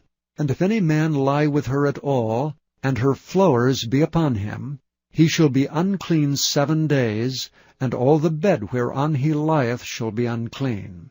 And if a woman have an issue of her blood many days out of the time of her separation, or if it run beyond the time of her separation, all the days of the issue of her uncleanness shall be as the days of her separation, she shall be unclean. Every bed whereon she lieth all the days of her issue shall be unto her as the bed of her separation, and whatsoever she sitteth upon shall be unclean as the uncleanness of her separation. And whosoever toucheth those things shall be unclean, and shall wash his clothes, and bathe himself in water, and be unclean until the even. But if she be cleansed of her issue, then she shall number to herself 7 days, and after that she shall be clean. And on the 8th day she shall take unto her 2 turtles, or 2 young pigeons, and bring them unto the priest to the door of the tabernacle of the congregation. And the priest shall offer the one for a sin offering, and the other for a burnt offering. And the priest shall make an atonement for her before the Lord for the issue of her uncleanness. Thus shall ye separate the children of Israel from their uncleanness, that they die not in their uncleanness when they defile my tabernacle that is among them. This is the law of him that hath an issue, and of him whose seed goeth from him, and is defiled therewith, and of her that is sick of her flowers, and of him that hath an issue, of the man and of the woman, and of him that lieth with her that is unclean. Chapter 16. And the Lord spake unto Moses after the death of the 2 sons of Aaron, when they offered before the Lord and died. And the Lord said unto Moses, Speak unto Aaron thy brother, that he come not at all times into the holy place within the veil before the mercy seat, which is upon the ark, that he die not. For I will appear in the cloud upon the mercy seat. Thus shall Aaron come into the holy place, with a young bullock for a sin offering, and a ram for a burnt offering. He shall put on the holy linen coat, and he shall have the linen breeches upon his flesh, and shall be girded with a linen girdle, and with a linen mitre shall he be attired. These are holy garments, therefore shall he wash his flesh in water, and so put them on. And he shall take of the congregation of the children of Israel 2 kids of the goats for a sin offering, and 1 ram for a burnt offering. And Aaron shall offer his bullock of the sin offering, which is for himself, and make an atonement for himself and for his house. And he shall take the 2 goats, and present them before the Lord at the door of the tabernacle of the congregation. And Aaron shall cast lots upon the 2 goats, 1 lot for the Lord, and the other lot for the scapegoat. And Aaron shall bring the goat upon which the Lord's lot fell, and offer him for a sin offering. But the goat on which the lot fell to be the scapegoat shall be presented alive before the Lord, to make an atonement with him, and to let him go for a scapegoat into the wilderness. And Aaron shall bring the bullock of the sin offering, which is for himself, and shall make an atonement for himself and for his house, and shall kill the bullock of the sin offering which is for himself. And he shall take a censer full of burning coals of fire from off the altar before the Lord, and his hands full of sweet incense beaten small, and bring it within the veil. And he shall put the incense upon the fire before the Lord, that the cloud of the incense may cover the mercy seat that is upon the testimony, that he die not. And he shall take of the blood of the bullock, and sprinkle it with his finger upon the mercy seat eastward, and before the mercy seat shall he sprinkle of the blood with his finger 7 times. Then shall he kill the goat of the sin offering that is for the people, and bring his blood within the veil, and do with that blood as he did with the blood of the bullock, and sprinkle it upon the mercy seat, and before the mercy seat. And he shall make an atonement for the holy place, because of the uncleanness of the children of Israel, and because of their transgressions and all their sins, and so shall he do for the tabernacle of the congregation that remaineth among them in the midst of their uncleanness. And there shall be no man in the tabernacle of the congregation when he goeth in to make an atonement in the holy place, until he come out and have made an atonement for himself, and for his household, and for all the congregation of Israel. And he shall go out unto the altar that is before the Lord, and make an atonement for it, and shall take of the blood of the bullock, and of the blood of the goat, and put it upon the horns of the altar round about. And he shall sprinkle of the blood upon it with his finger 7 times, and cleanse it, and hallow it from the uncleanness of the children of Israel. And when he hath made an end of reconciling the holy place, and the tabernacle of the congregation, and the altar, he shall bring the live goat. And Aaron shall lay both his hands upon the head of the live goat, and confess over him all the iniquities of the children of Israel, and all their transgressions and all their sins, putting them upon the head of the goat, and shall send him away by the hand of a fit man into the wilderness. And the goat shall bear upon him all their iniquities unto a land not inhabited, and he shall let go the goat in the wilderness. And Aaron shall come into the tabernacle of the congregation, and shall put off the linen garments which he put on when he went into the holy place, and shall leave them there. And he shall wash his flesh with water in the holy place, and put on his garments, and come forth, and offer his burnt offering and the burnt offering of the people, and make an atonement for himself and for the people. And the fat of the sin offering shall he burn upon the altar. And he that let go the goat for the scapegoat shall wash his clothes, and bathe his flesh in water, and afterward come into the camp. And the bullock for the sin offering, and the goat for the sin offering whose blood was brought in to make atonement for the holy place, shall one carry forth without the camp, and they shall burn in the fire their skins and their flesh and their dung. And he that burneth them shall wash his clothes, and bathe his flesh in water, and afterward he shall come into the camp. And this shall be a statute forever unto you, that in the 7th month, on the 10th day of the month, ye shall afflict your souls, and do no work at all, whether it be one of your own country, or a stranger that sojourneth among you. For on that day shall the priest make an atonement for you, to cleanse you, that ye may be clean from all your sins before the Lord. It shall be a Sabbath of rest unto you, and ye shall afflict your souls by a statute forever. And the priest, whom he shall anoint, and whom he shall consecrate to minister in the priest's office in his father's stead, shall make the atonement, and shall put on linen clothes, even the holy garments. And he shall make an atonement for the holy sanctuary, and he shall make an atonement for the tabernacle of the congregation, and for the altar, and he shall make an atonement for the priests, and for all the people of the congregation. And this shall be an everlasting statute unto you, to make an atonement for the children of Israel and all their sins once a year. And he did as the Lord commanded Moses. Chapter 17. And the Lord spake unto Moses, saying, Speak unto Aaron, and unto his sons, and unto all the children of Israel, and say unto them, This is the thing which the Lord hath commanded, saying, What man soever there be of the house of Israel that killeth an ox or lamb or goat in the camp, or that killeth it out of the camp, and bringeth it not unto the door of the tabernacle of the congregation, to offer an offering unto the Lord before the tabernacle of the Lord, blood shall be imputed unto that man. He hath shed blood, and that man shall be cut off from among his people.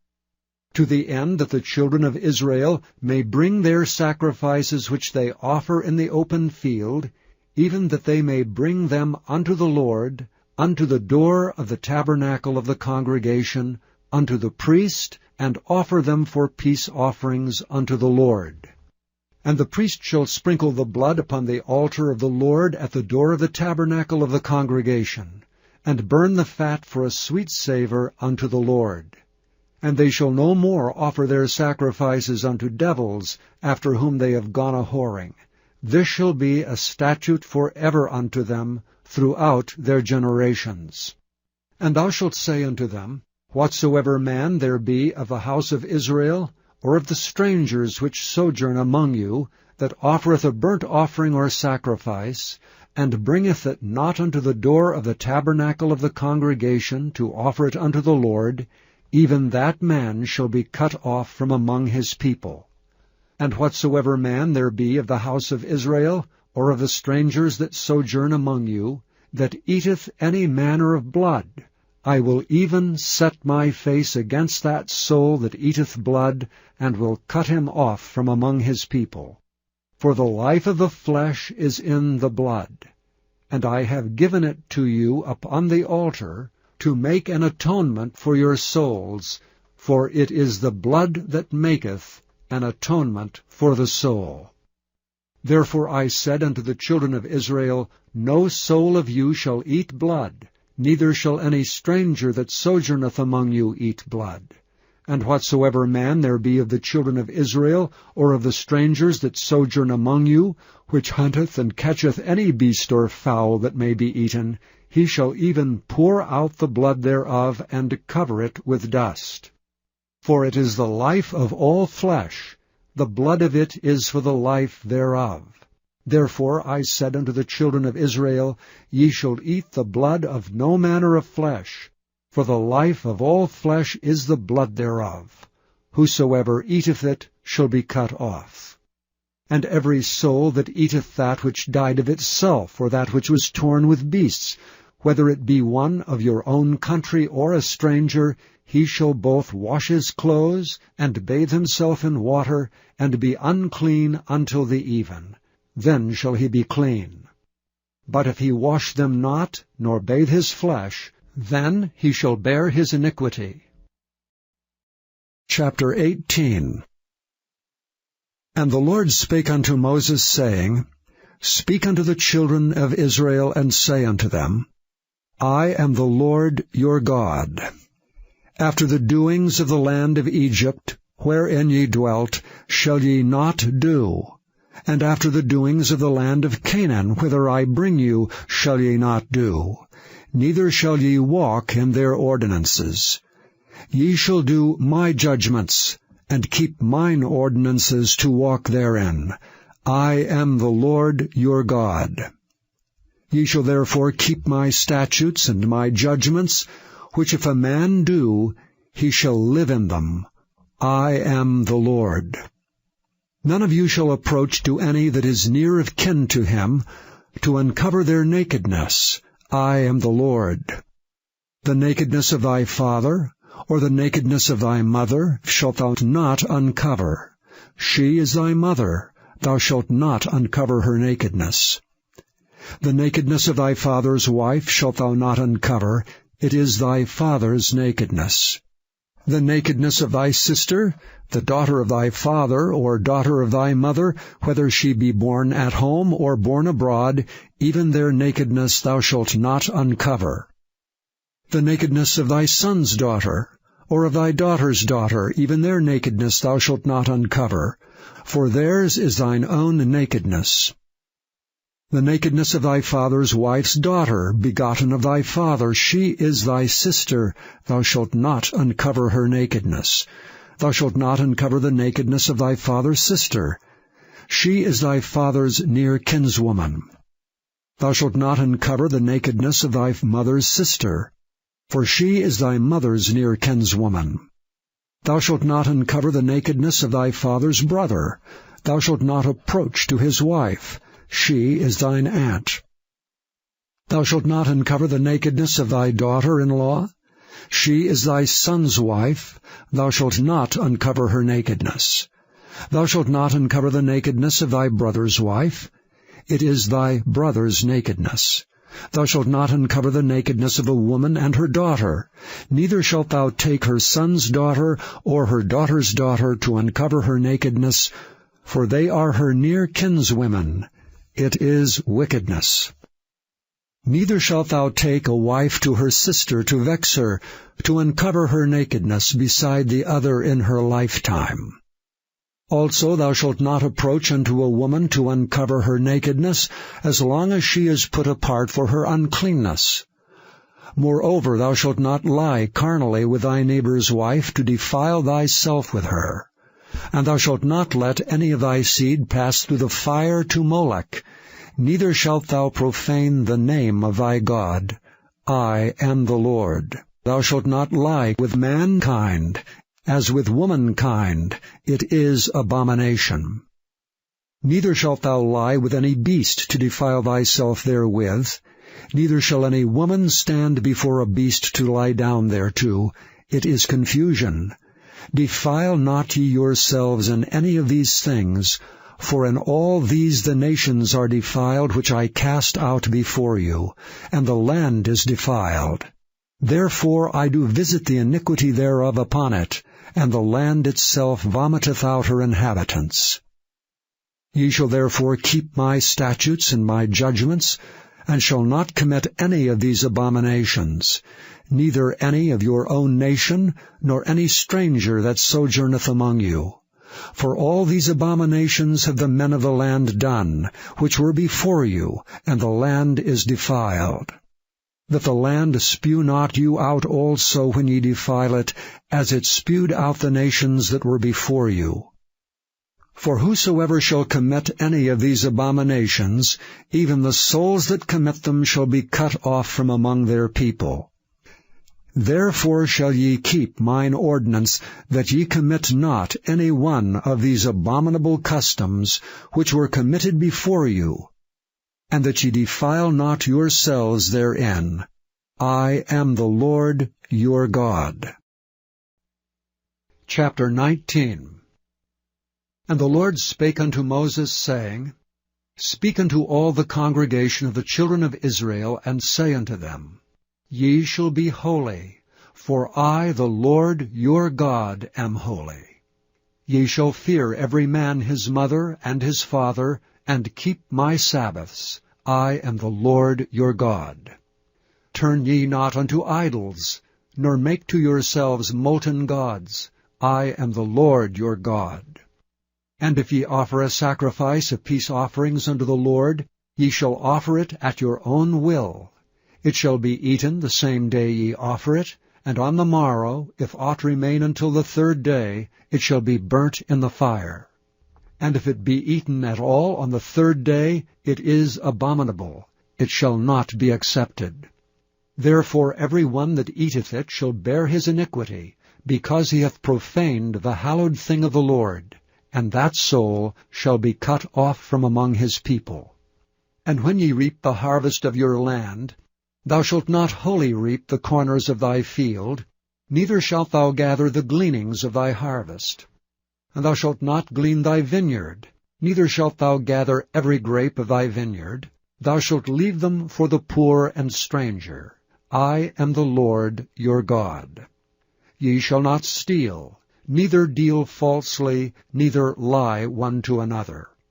And ye shall not swear by my name falsely, neither shalt thou profane the name of thy God.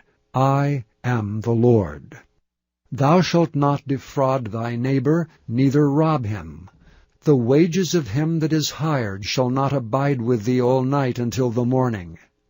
Thou shalt not curse the deaf, nor put a stumbling block before the blind, but shalt fear the Lord thy God. I am the Lord. Ye shall do no unrighteousness in judgment. Thou shalt not respect the person of the poor, nor honor the person of the mighty, but in righteousness shalt thou judge thy neighbor. Thou shalt not go up and down as a talebearer among thy people, neither shalt thou stand against the blood of thy neighbor. I am the Lord. Thou shalt not hate thy brother in thine heart. Thou shalt in any wise rebuke thy neighbor, and not suffer sin upon him. Thou shalt not avenge nor bear any grudge against the children of thy people, but thou shalt love thy neighbor as thyself. I am the Lord. Ye shall keep my statutes. Thou shalt not let thy cattle gender with a diverse kind. Thou shalt not sow thy field with mingled seed. Neither shall a garment mingled of linen and woolen come upon thee. And whosoever lieth carnally with a woman, that is a bondmaid betrothed to an husband, and not at all redeemed, nor freedom given her, she shall be scourged. They shall not be put to death, because she was not free. And he shall bring his trespass offering unto the Lord, unto the door of the tabernacle of the congregation, even a ram for a trespass offering. And the priest shall make an atonement for him with the ram of the trespass offering before the Lord for his sin which he hath done, and the sin which he hath done shall be forgiven him. And when ye shall come into the land, and shall have planted all manner of trees for food, then ye shall count the fruit thereof as uncircumcised. 3 years shall it be as uncircumcised unto you. It shall not be eaten of. But in the 4th year all the fruit thereof shall be holy to praise the Lord withal. And in the 5th year shall ye eat of the fruit thereof, that it may yield unto you the increase thereof. I am the Lord your God. Ye shall not eat anything with blood, neither shall ye use enchantment, nor observe times. Ye shall not round the corners of your heads, neither shalt thou mar the corners of thy beard. Ye shall not make any cuttings in your flesh for the dead, nor print any marks upon you. I am the Lord. Do not prostitute thy daughter to cause her to be a whore, lest the land fall to whoredom, and the land become full of wickedness. Ye shall keep my Sabbaths, and reverence my sanctuary. I am the Lord. Regard not them that have familiar spirits, neither seek after wizards to be defiled by them.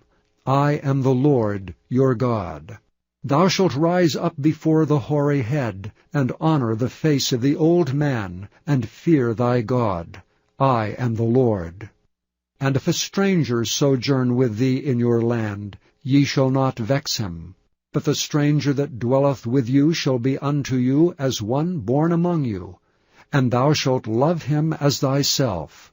For ye were strangers in the land of Egypt. I am the Lord your God. Ye shall do no unrighteousness in judgment, in meter yard, in weight, or in measure. Just balances, just weights, a just ephah, and a just hin shall ye have. I am the Lord your God, which brought you out of the land of Egypt. Therefore shall ye observe all my statutes, and all my judgments, and do them. I am the Lord. Chapter 20. And the Lord spake unto Moses, saying, Again thou shalt say to the children of Israel, Whosoever he be of the children of Israel, or of the strangers that sojourn in Israel, that giveth any of his seed unto Molech, he shall surely be put to death. The people of the land shall stone him with stones. And I will set my face against that man, and will cut him off from among his people, because he hath given of his seed unto Molech to defile my sanctuary, and to profane my holy name. And if the people of the land do any ways hide their eyes from the man, when he giveth of his seed unto Molech, and kill him not, then I will set my face against that man, and against his family, and will cut him off, and all that go a-whoring after him, to commit whoredom with Molech, from among their people. And the soul that turneth after such as have familiar spirits, and after wizards, to go a-whoring after them, I will even set my face against that soul, and will cut him off from among his people. Sanctify yourselves therefore, and be ye holy, for I am the Lord your God. And ye shall keep my statutes, and do them. I am the Lord which sanctify you. For every one that curseth his father or his mother shall be surely put to death. He hath cursed his father or his mother, his blood shall be upon him. And the man that committeth adultery with another man's wife, even he that committeth adultery with his neighbour's wife, the adulterer and the adulteress shall surely be put to death. And the man that lieth with his father's wife hath uncovered his father's nakedness. Both of them shall surely be put to death. Their blood shall be upon them. And if a man lie with his daughter-in-law, both of them shall surely be put to death. They have wrought confusion. Their blood shall be upon them. If a man also lie with mankind, as he lieth with a woman, both of them have committed an abomination. They shall surely be put to death. Their blood shall be upon them. And if a man take a wife and her mother, it is wickedness. They shall be burnt with fire, both he and they, that there be no wickedness among you. And if a man lie with a beast, he shall surely be put to death, and ye shall slay the beast. And if a woman approach unto any beast, and lie down thereto, thou shalt kill the woman and the beast. They shall surely be put to death. Their blood shall be upon them. And if a man shall take his sister, his father's daughter, or his mother's daughter, and see her nakedness, and she see his nakedness, it is a wicked thing, and they shall be cut off in the sight of their people. He hath uncovered his sister's nakedness. He shall bear his iniquity. And if a man shall lie with a woman having her sickness, and shall uncover her nakedness, he hath discovered her fountain, and she hath uncovered the fountain of her blood, and both of them shall be cut off from among their people. And thou shalt not uncover the nakedness of thy mother's sister, nor of thy father's sister, for he uncovereth his near kin. They shall bear their iniquity.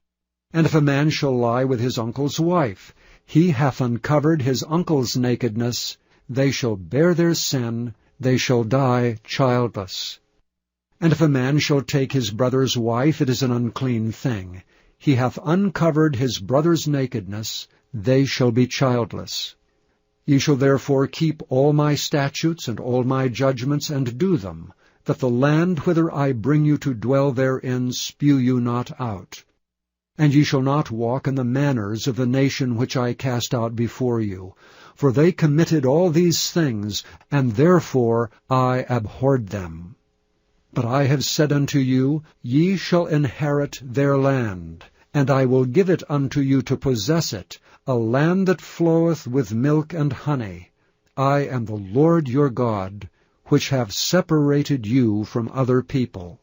Ye shall therefore put difference between clean beasts and unclean, and between unclean fowls and clean. And ye shall not make your souls abominable by beast or by fowl, or by any manner of living thing that creepeth on the ground, which I have separated from you as unclean. And ye shall be holy unto me, for I the Lord am holy, and have severed you from other people, that ye should be mine. A man also or a woman that hath a familiar spirit, or that is a wizard, shall surely be put to death. They shall stone them with stones. Their blood shall be upon them. Chapter 21. And the Lord said unto Moses, Speak unto the priests, the sons of Aaron, and say unto them, There shall none be defiled for the dead among his people, but for his kin that is near unto him, that is, for his mother, and for his father, and for his son, and for his daughter, and for his brother, and for his sister a virgin, that is nigh unto him, which hath had no husband, for her may he be defiled. But he shall not defile himself, being a chief man among his people, to profane himself. They shall not make baldness upon their head, neither shall they shave off the corner of their beard, nor make any cuttings in their flesh. They shall be holy unto their God, and not profane the name of their God.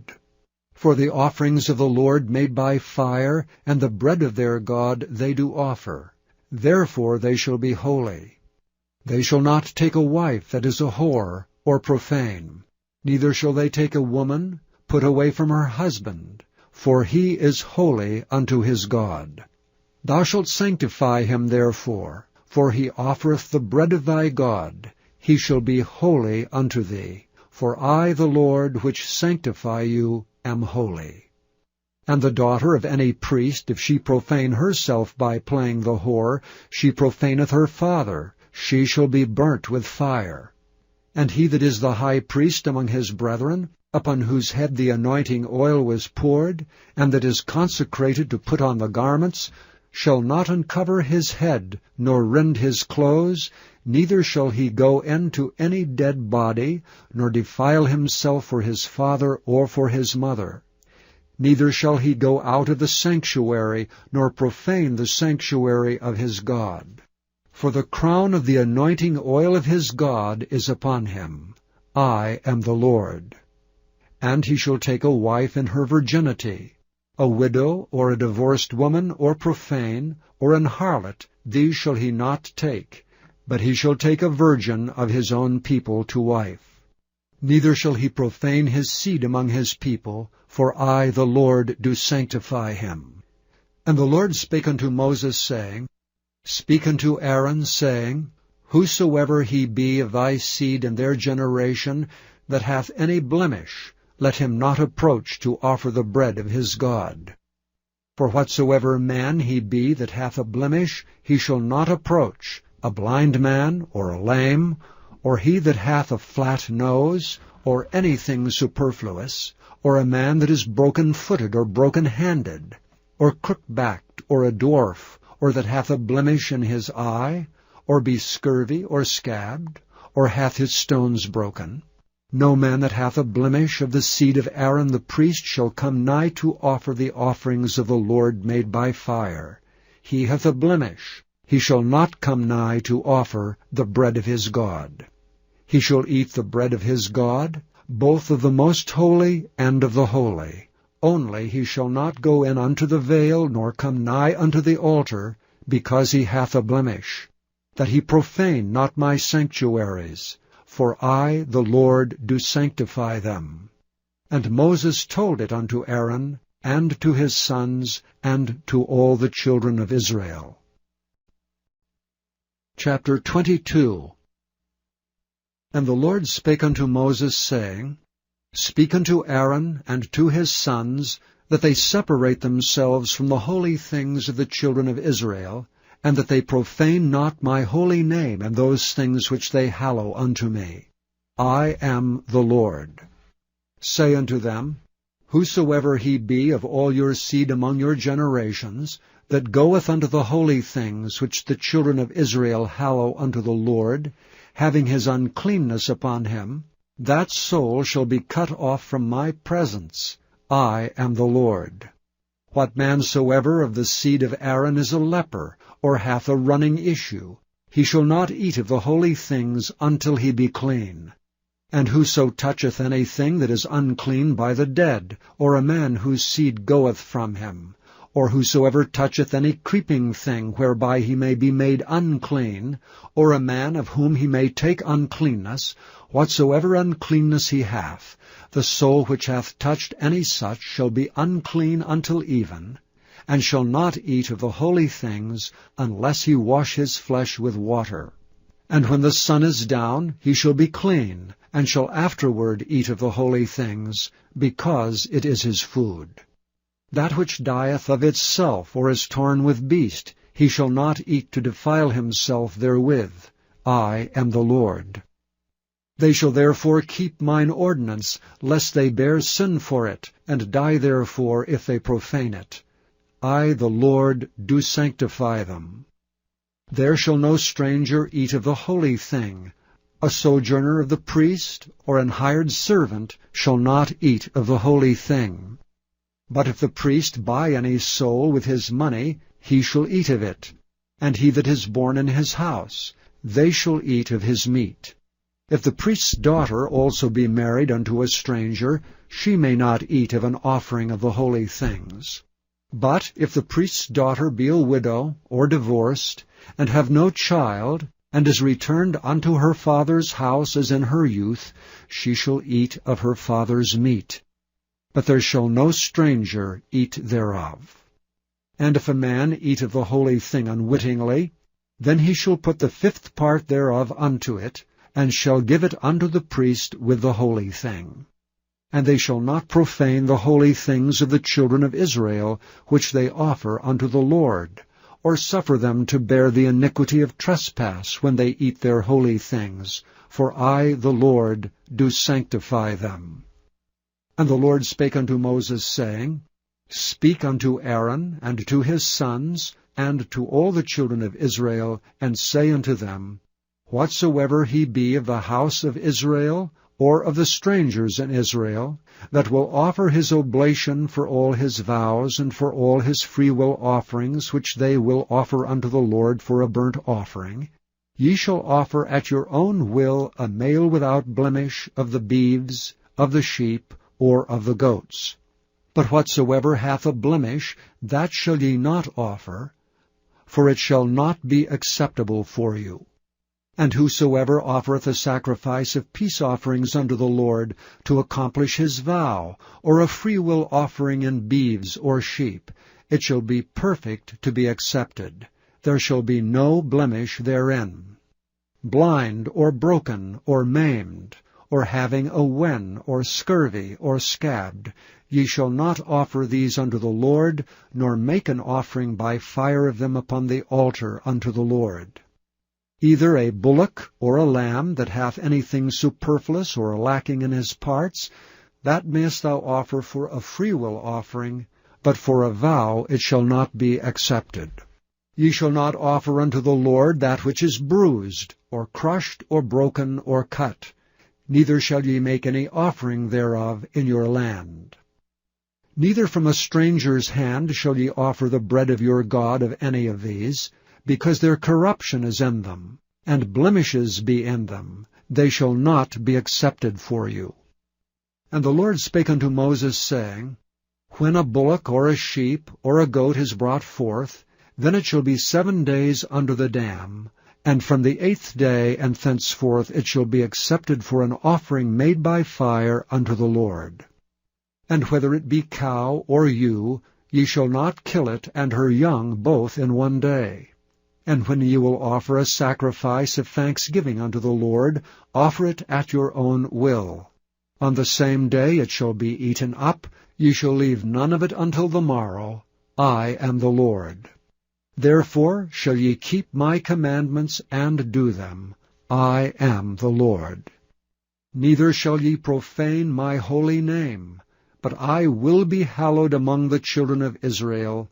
I am the Lord which hallow you, that brought you out of the land of Egypt to be your God. I am the Lord. Chapter 23. And the Lord spake unto Moses, saying, Speak unto the children of Israel, and say unto them, Concerning the feasts of the Lord, which ye shall proclaim to be holy convocations, even these are my feasts. 6 days shall work be done, but the 7th day is the Sabbath of rest, and holy convocation. Ye shall do no work therein. It is the Sabbath of the Lord in all your dwellings. These are the feasts of the Lord, even holy convocations, which ye shall proclaim in their seasons. In the 14th day of the 1st month at even is the Lord's Passover. And on the 15th day of the same month is the feast of unleavened bread unto the Lord. 7 days ye must eat unleavened bread. In the 1st day ye shall have an holy convocation. Ye shall do no servile work therein. But ye shall offer an offering made by fire unto the Lord 7 days. In the 7th day is an holy convocation. Ye shall do no servile work therein. And the Lord spake unto Moses, saying, Speak unto the children of Israel, and say unto them, When ye be come into the land which I give unto you, and shall reap the harvest thereof, then ye shall bring a sheaf of the first fruits of your harvest unto the priest. And he shall wave the sheaf before the Lord, to be accepted for you. On the morrow after the Sabbath the priest shall wave it. And ye shall offer that day, when ye wave the sheaf, an he lamb without blemish of the first year for a burnt offering unto the Lord. And the meat offering thereof shall be 2/10 deals of fine flour mingled with oil, and offering made by fire unto the Lord for a sweet savour. And the drink offering thereof shall be of wine, the 4th part of an hin. And ye shall eat neither bread nor parched corn, nor green ears, until the selfsame day that ye have brought an offering unto your God. It shall be a statute forever throughout your generations in all your dwellings. And ye shall count unto you from the morrow after the Sabbath, from the day that ye brought the sheaf of the wave offering, 7 Sabbaths shall be complete. Even unto the morrow after the 7th Sabbath shall ye number 50 days, and ye shall offer a new meat offering unto the Lord. Ye shall bring out of your habitations 2 wave loaves of 2/10 deals. They shall be of fine flour. They shall be baken with leaven. They are the firstfruits unto the Lord. And ye shall offer with the bread 7 lambs without blemish of the first year, and 1 young bullock, and 2 rams.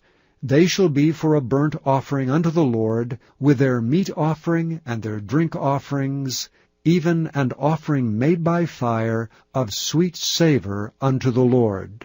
Then ye shall sacrifice 1 kid of the goats for a sin offering, and 2 lambs of the first year for a sacrifice of peace offerings. And the priest shall wave them with the bread of the first fruits for a wave offering before the Lord, with the 2 lambs. They shall be holy to the Lord for the priest. And ye shall proclaim on the selfsame day, that it may be an holy convocation unto you. Ye shall do no servile work therein. It shall be a statute forever in all your dwellings throughout your generations. And when ye reap the harvest of your land, thou shalt not make clean riddance of the corners of thy field when thou reapest, neither shalt thou gather any gleaning of thy harvest. Thou shalt leave them unto the poor and to the stranger. I am the Lord your God.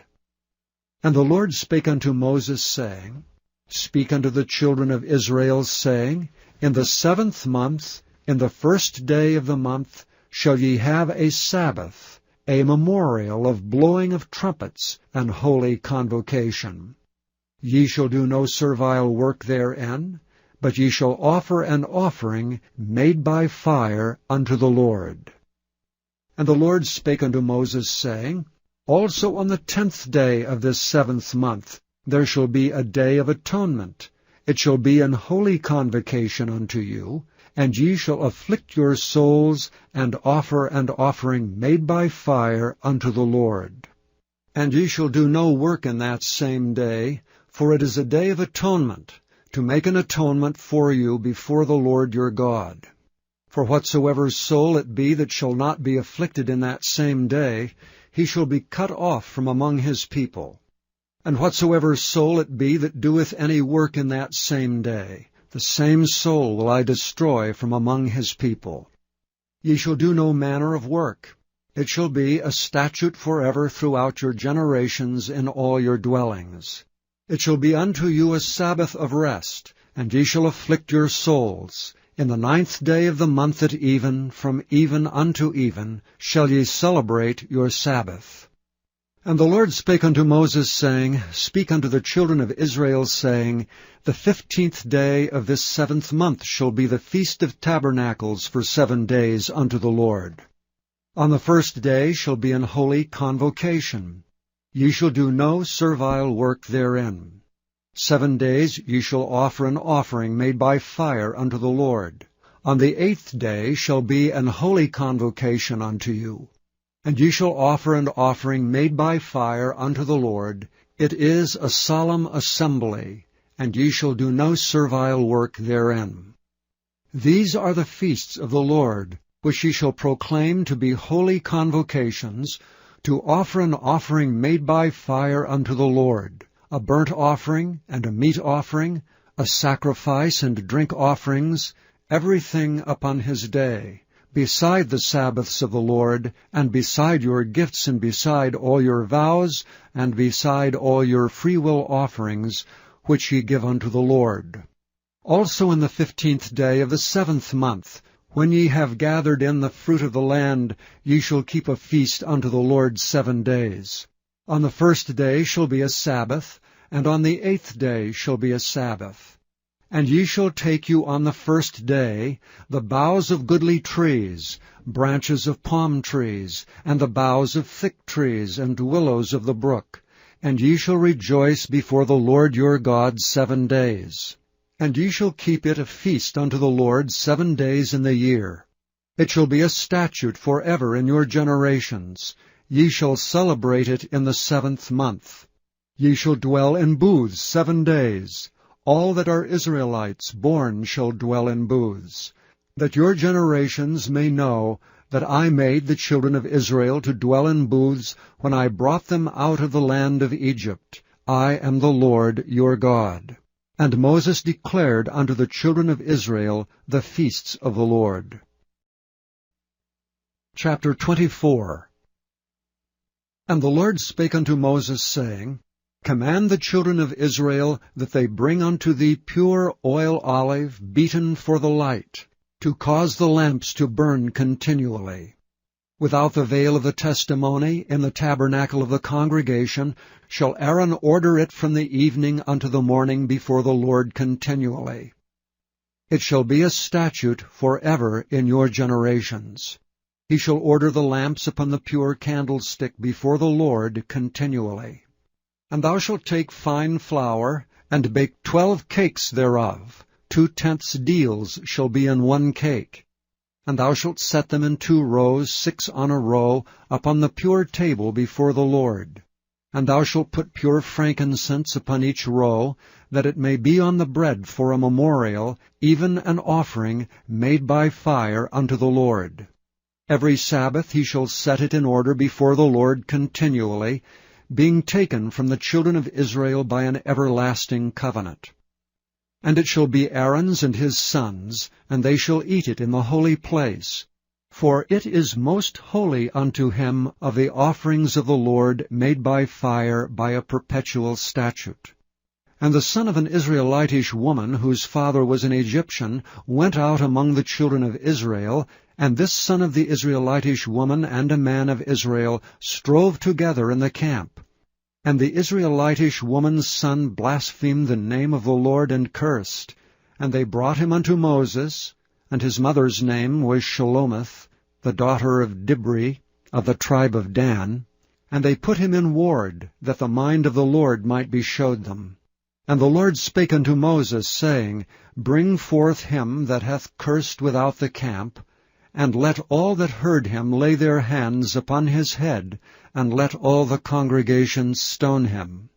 And thou shalt speak unto the children of Israel, saying, Whosoever curseth his God shall bear his sin. And he that blasphemeth the name of the Lord, he shall surely be put to death, and all the congregation shall certainly stone him, as well the stranger as he that is born in the land, when he blasphemeth the name of the Lord, shall be put to death.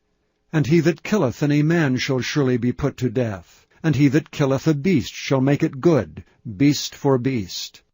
And if a man cause a blemish in his neighbor, as he hath done, so shall it be done to him. Breach for breach, eye for eye, tooth for tooth.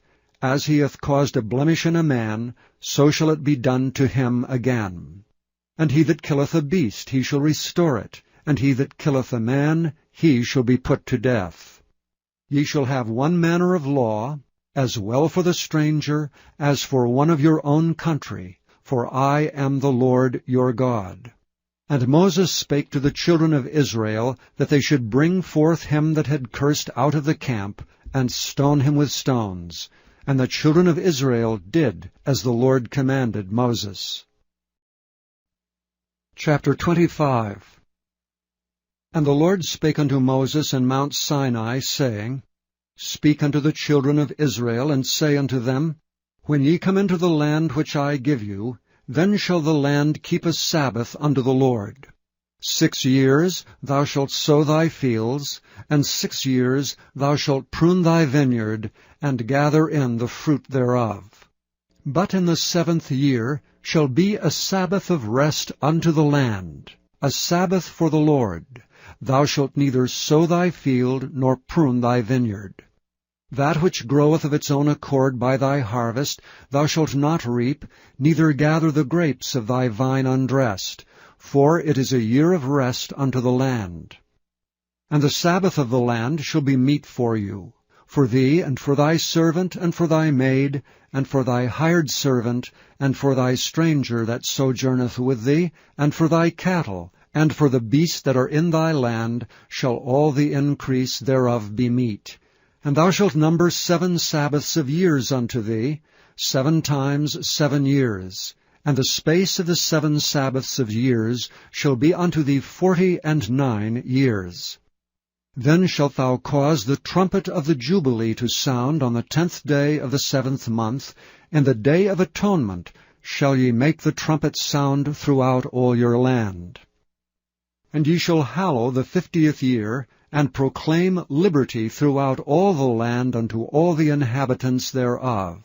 It shall be a jubilee unto you, and ye shall return every man unto his possession, and ye shall return every man unto his family. A jubilee shall that 50th year be unto you. Ye shall not sow, neither reap that which groweth of itself in it, nor gather the grapes in it of thy vine undressed. For it is the jubilee, it shall be holy unto you. Ye shall eat the increase thereof out of the field. In the year of this jubilee ye shall return every man unto his possession. And if thou sell aught unto thy neighbor, or buyest aught of thy neighbor's hand, ye shall not oppress one another. According to the number of years after the jubilee thou shalt buy of thy neighbor, and according unto the number of years of the fruits he shall sell unto thee. According to the multitude of years thou shalt increase the price thereof, and according to the fewness of the years thou shalt diminish the price of it. For according to the number of the years of the fruits doth he sell unto thee. Ye shall not therefore oppress one another, but thou shalt fear thy God, for I am the Lord your God. Wherefore ye shall do my statutes, and keep my judgments, and do them. And ye shall dwell in the land in safety.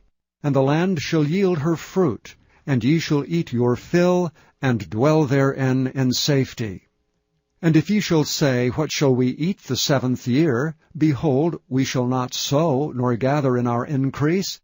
Then I will command my blessing upon you in the 6th year, and it shall bring forth fruit for 3 years. And ye shall sow the 8th year, and eat yet of the old fruit until the 9th year. Until her fruits come in ye shall eat of the old store. The land shall not be sold forever, for the land is mine. For ye are strangers and sojourners with me. And in all the land of your possession ye shall grant a redemption for the land. If thy brother be waxen poor, and hath sold away some of his possession, and if any of his kin come to redeem it, then shall he redeem that which his brother sold.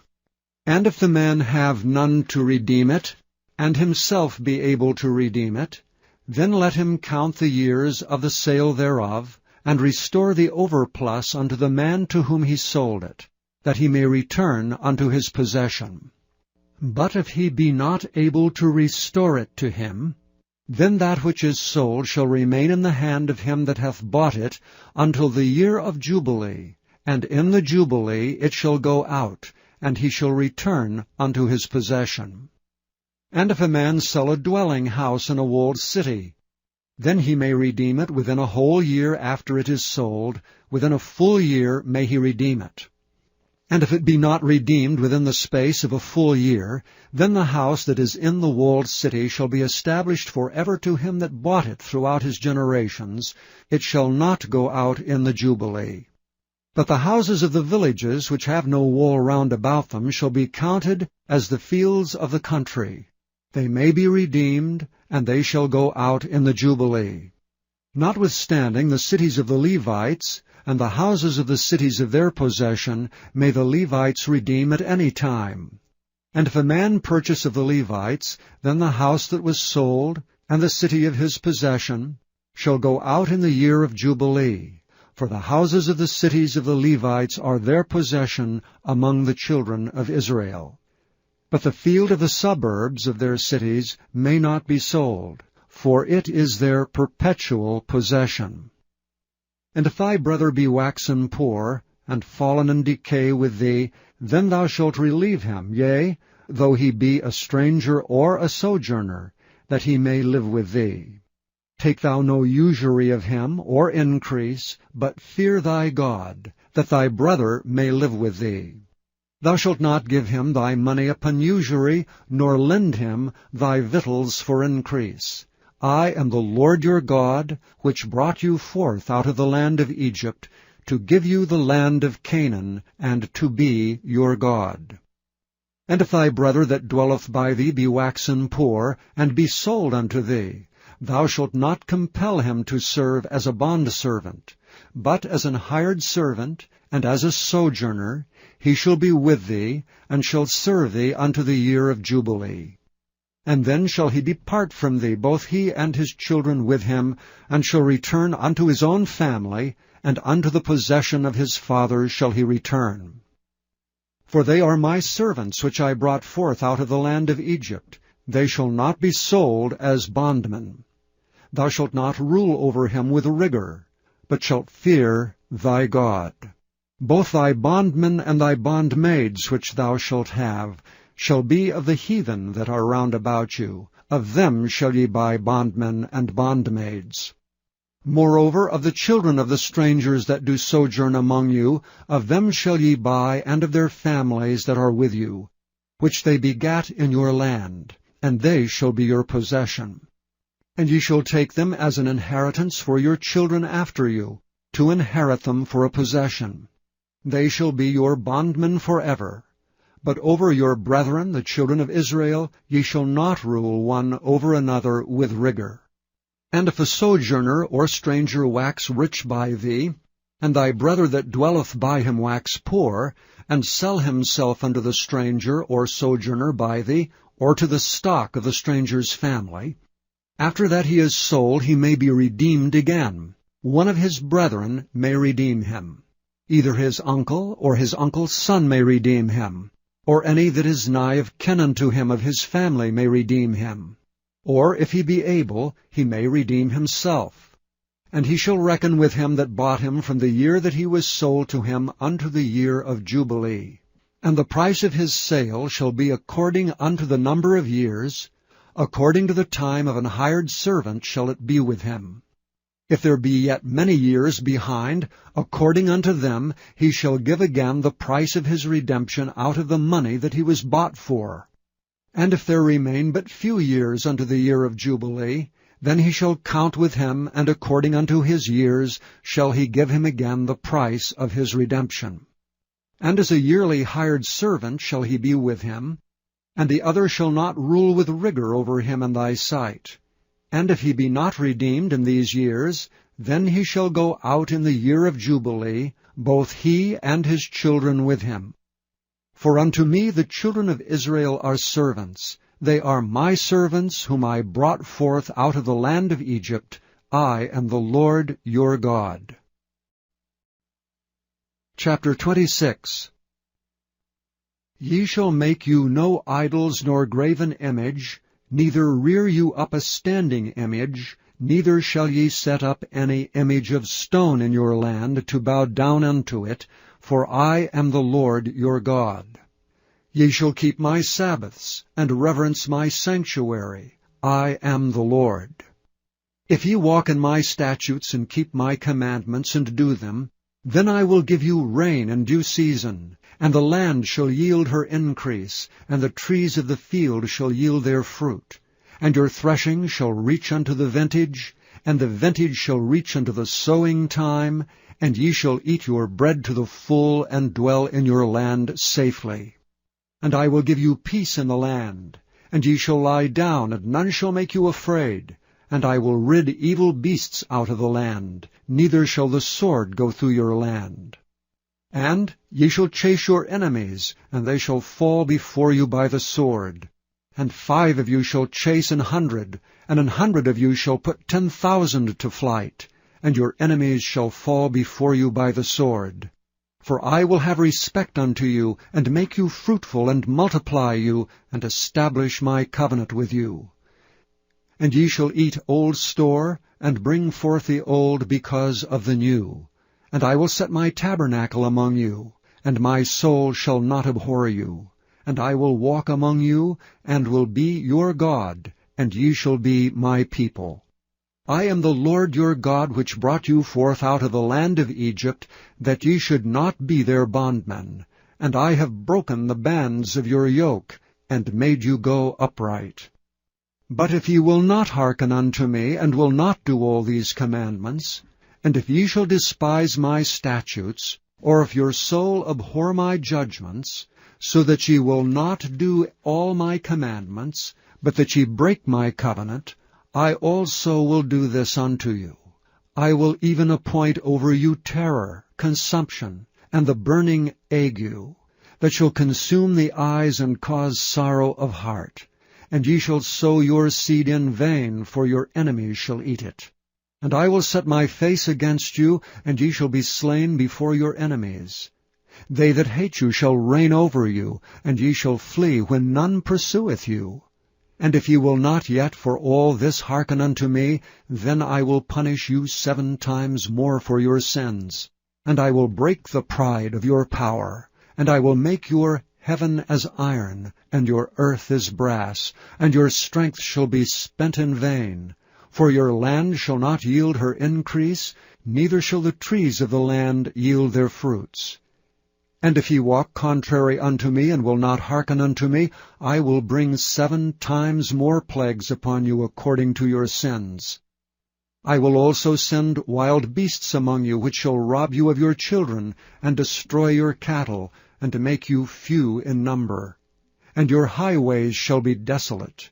And if ye will not be reformed by me by these things, but will walk contrary unto me, then will I also walk contrary unto you, and will punish you yet 7 times for your sins. And I will bring a sword upon you, that shall avenge the quarrel of my covenant. And when ye are gathered together within your cities, I will send the pestilence among you, and ye shall be delivered into the hand of the enemy. And when I have broken the staff of your bread, 10 women shall bake your bread in 1 oven, and they shall deliver you your bread again by weight, and ye shall eat and not be satisfied. And if ye will not for all this hearken unto me, but walk contrary unto me, then I will walk contrary unto you also in fury. And I, even I, will chastise you 7 times for your sins. And ye shall eat the flesh of your sons, and the flesh of your daughters shall ye eat, and I will destroy your high places, and cut down your images, and cast your carcasses upon the carcasses of your idols, and my soul shall abhor you. And I will make your cities waste, and bring your sanctuaries unto desolation, and I will not smell the savour of your sweet odours. And I will bring the land unto desolation, and your enemies which dwell therein shall be astonished at it. And I will scatter you among the heathen, and will draw out a sword after you, and your land shall be desolate, and your cities waste. Then shall the land enjoy her Sabbaths, as long as it lieth desolate, and ye be in your enemy's land, even then shall the land rest, and enjoy her Sabbaths. As long as it lieth desolate, it shall rest, because it did not rest in your Sabbaths, when ye dwelt upon it. And upon them that are left alive of you I will send a faintness into their hearts in the lands of their enemies, and the sound of a shaken leaf shall chase them, and they shall flee as fleeing from a sword, and they shall fall when none pursueth. And they shall fall one upon another, as it were before a sword, when none pursueth, and ye shall have no power to stand before your enemies. And ye shall perish among the heathen, and the land of your enemies shall eat you up. And they that are left of you shall pine away in their iniquity in your enemies' lands, and also in the iniquities of their fathers shall they pine away with them.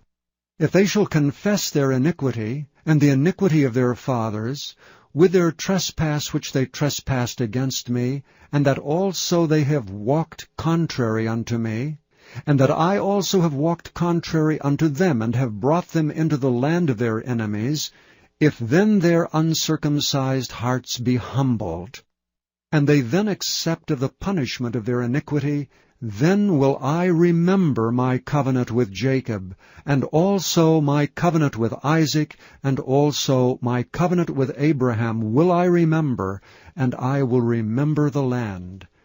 The land also shall be left of them, and shall enjoy her Sabbaths while she lieth desolate without them. And they shall accept of their punishment of their iniquity, because they despised my judgments, and because their soul abhorred my statutes. And yet for all that, when they be in the land of their enemies, I will not cast them away, neither will I abhor them, to destroy them utterly, and to break my covenant with them. For I am the Lord their God. But I will for their sakes remember the covenant of their ancestors, whom I brought forth out of the land of Egypt in the sight of the heathen, that I might be their God. I am the Lord. These are the statutes and judgments and laws, which the Lord made between him and the children of Israel in Mount Sinai by the hand of Moses. Chapter 27. And the Lord spake unto Moses, saying, Speak unto the children of Israel, and say unto them, When a man shall make a singular vow, the person shall be for the Lord by thy estimation. And thy estimation shall be of the male from 20 years old, even unto 60 years old. Even thy estimation shall be 50 shekels of silver, after the shekel of the sanctuary. And if it be a female, then thy estimation shall be 30 shekels. And if it be from 5 years old, even unto 20 years old, then thy estimation shall be of the male 20 shekels, and for the female 10 shekels. And if it be from a month old, even unto 5 years old, then thy estimation shall be of the male 5 shekels of silver, and for the female thy estimation shall be 3 shekels of silver. And if it be from 60 years old and above, if it be a male, then thy estimation shall be 15 shekels, and for the female 10 shekels. And if he be poorer than thy estimation, then he shall present himself before the priest, and the priest shall value him. According to his ability that vowed shall the priest value him. And if it be a beast whereof man bring an offering unto the Lord, all that any man giveth of such unto the Lord shall be holy. He shall not alter it, nor change it, a good for a bad, or a bad for a good. And if he shall at all change beast for beast, then it and the exchange thereof shall be holy. And if it be any unclean beast, of which they do not offer a sacrifice unto the Lord, then he shall present the beast before the priest, and the priest shall value it, whether it be good or bad. As thou valuest it who art the priest, so shall it be. But if he will at all redeem it, then he shall add a 5th part thereof unto thy estimation.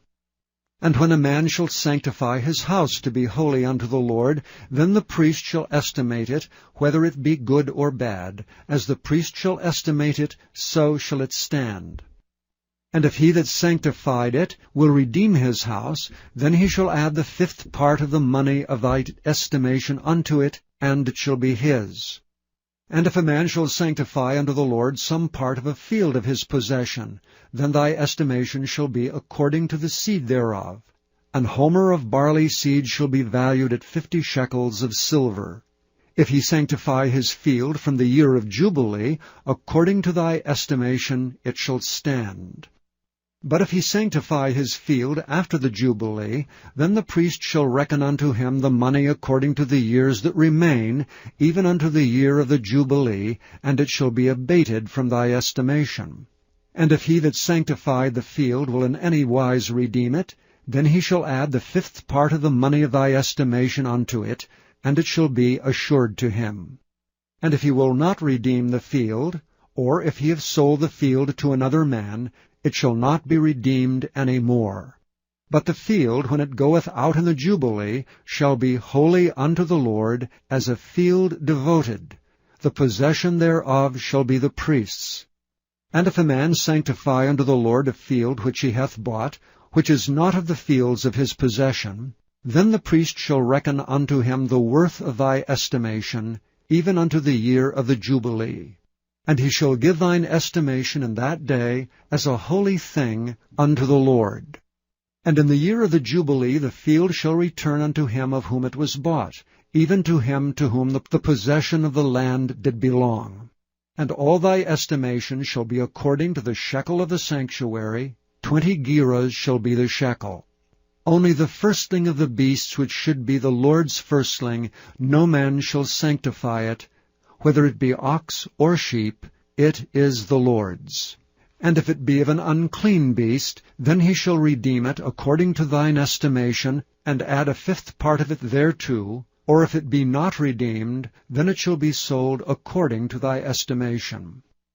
Notwithstanding, no devoted thing that a man shall devote unto the Lord of all that he hath, both of man and beast, and of the field of his possession, shall be sold or redeemed. Every devoted thing is most holy unto the Lord. None devoted which shall be devoted of men shall be redeemed, but shall surely be put to death. And all the tithe of the land, whether of the seed of the land or of the fruit of the tree, is the Lord's. It is holy unto the Lord. And if a man will at all redeem aught of his tithes, he shall add thereto the 5th part thereof. And concerning the tithe of the herd, or of the flock, even of whatsoever passeth under the rod, the 10th shall be holy unto the Lord. He shall not search whether it be good or bad, neither shall he change it. And if he change it at all, then both it and the change thereof shall be holy, it shall not be redeemed. These are the commandments which the Lord commanded Moses for the children of Israel in Mount Sinai.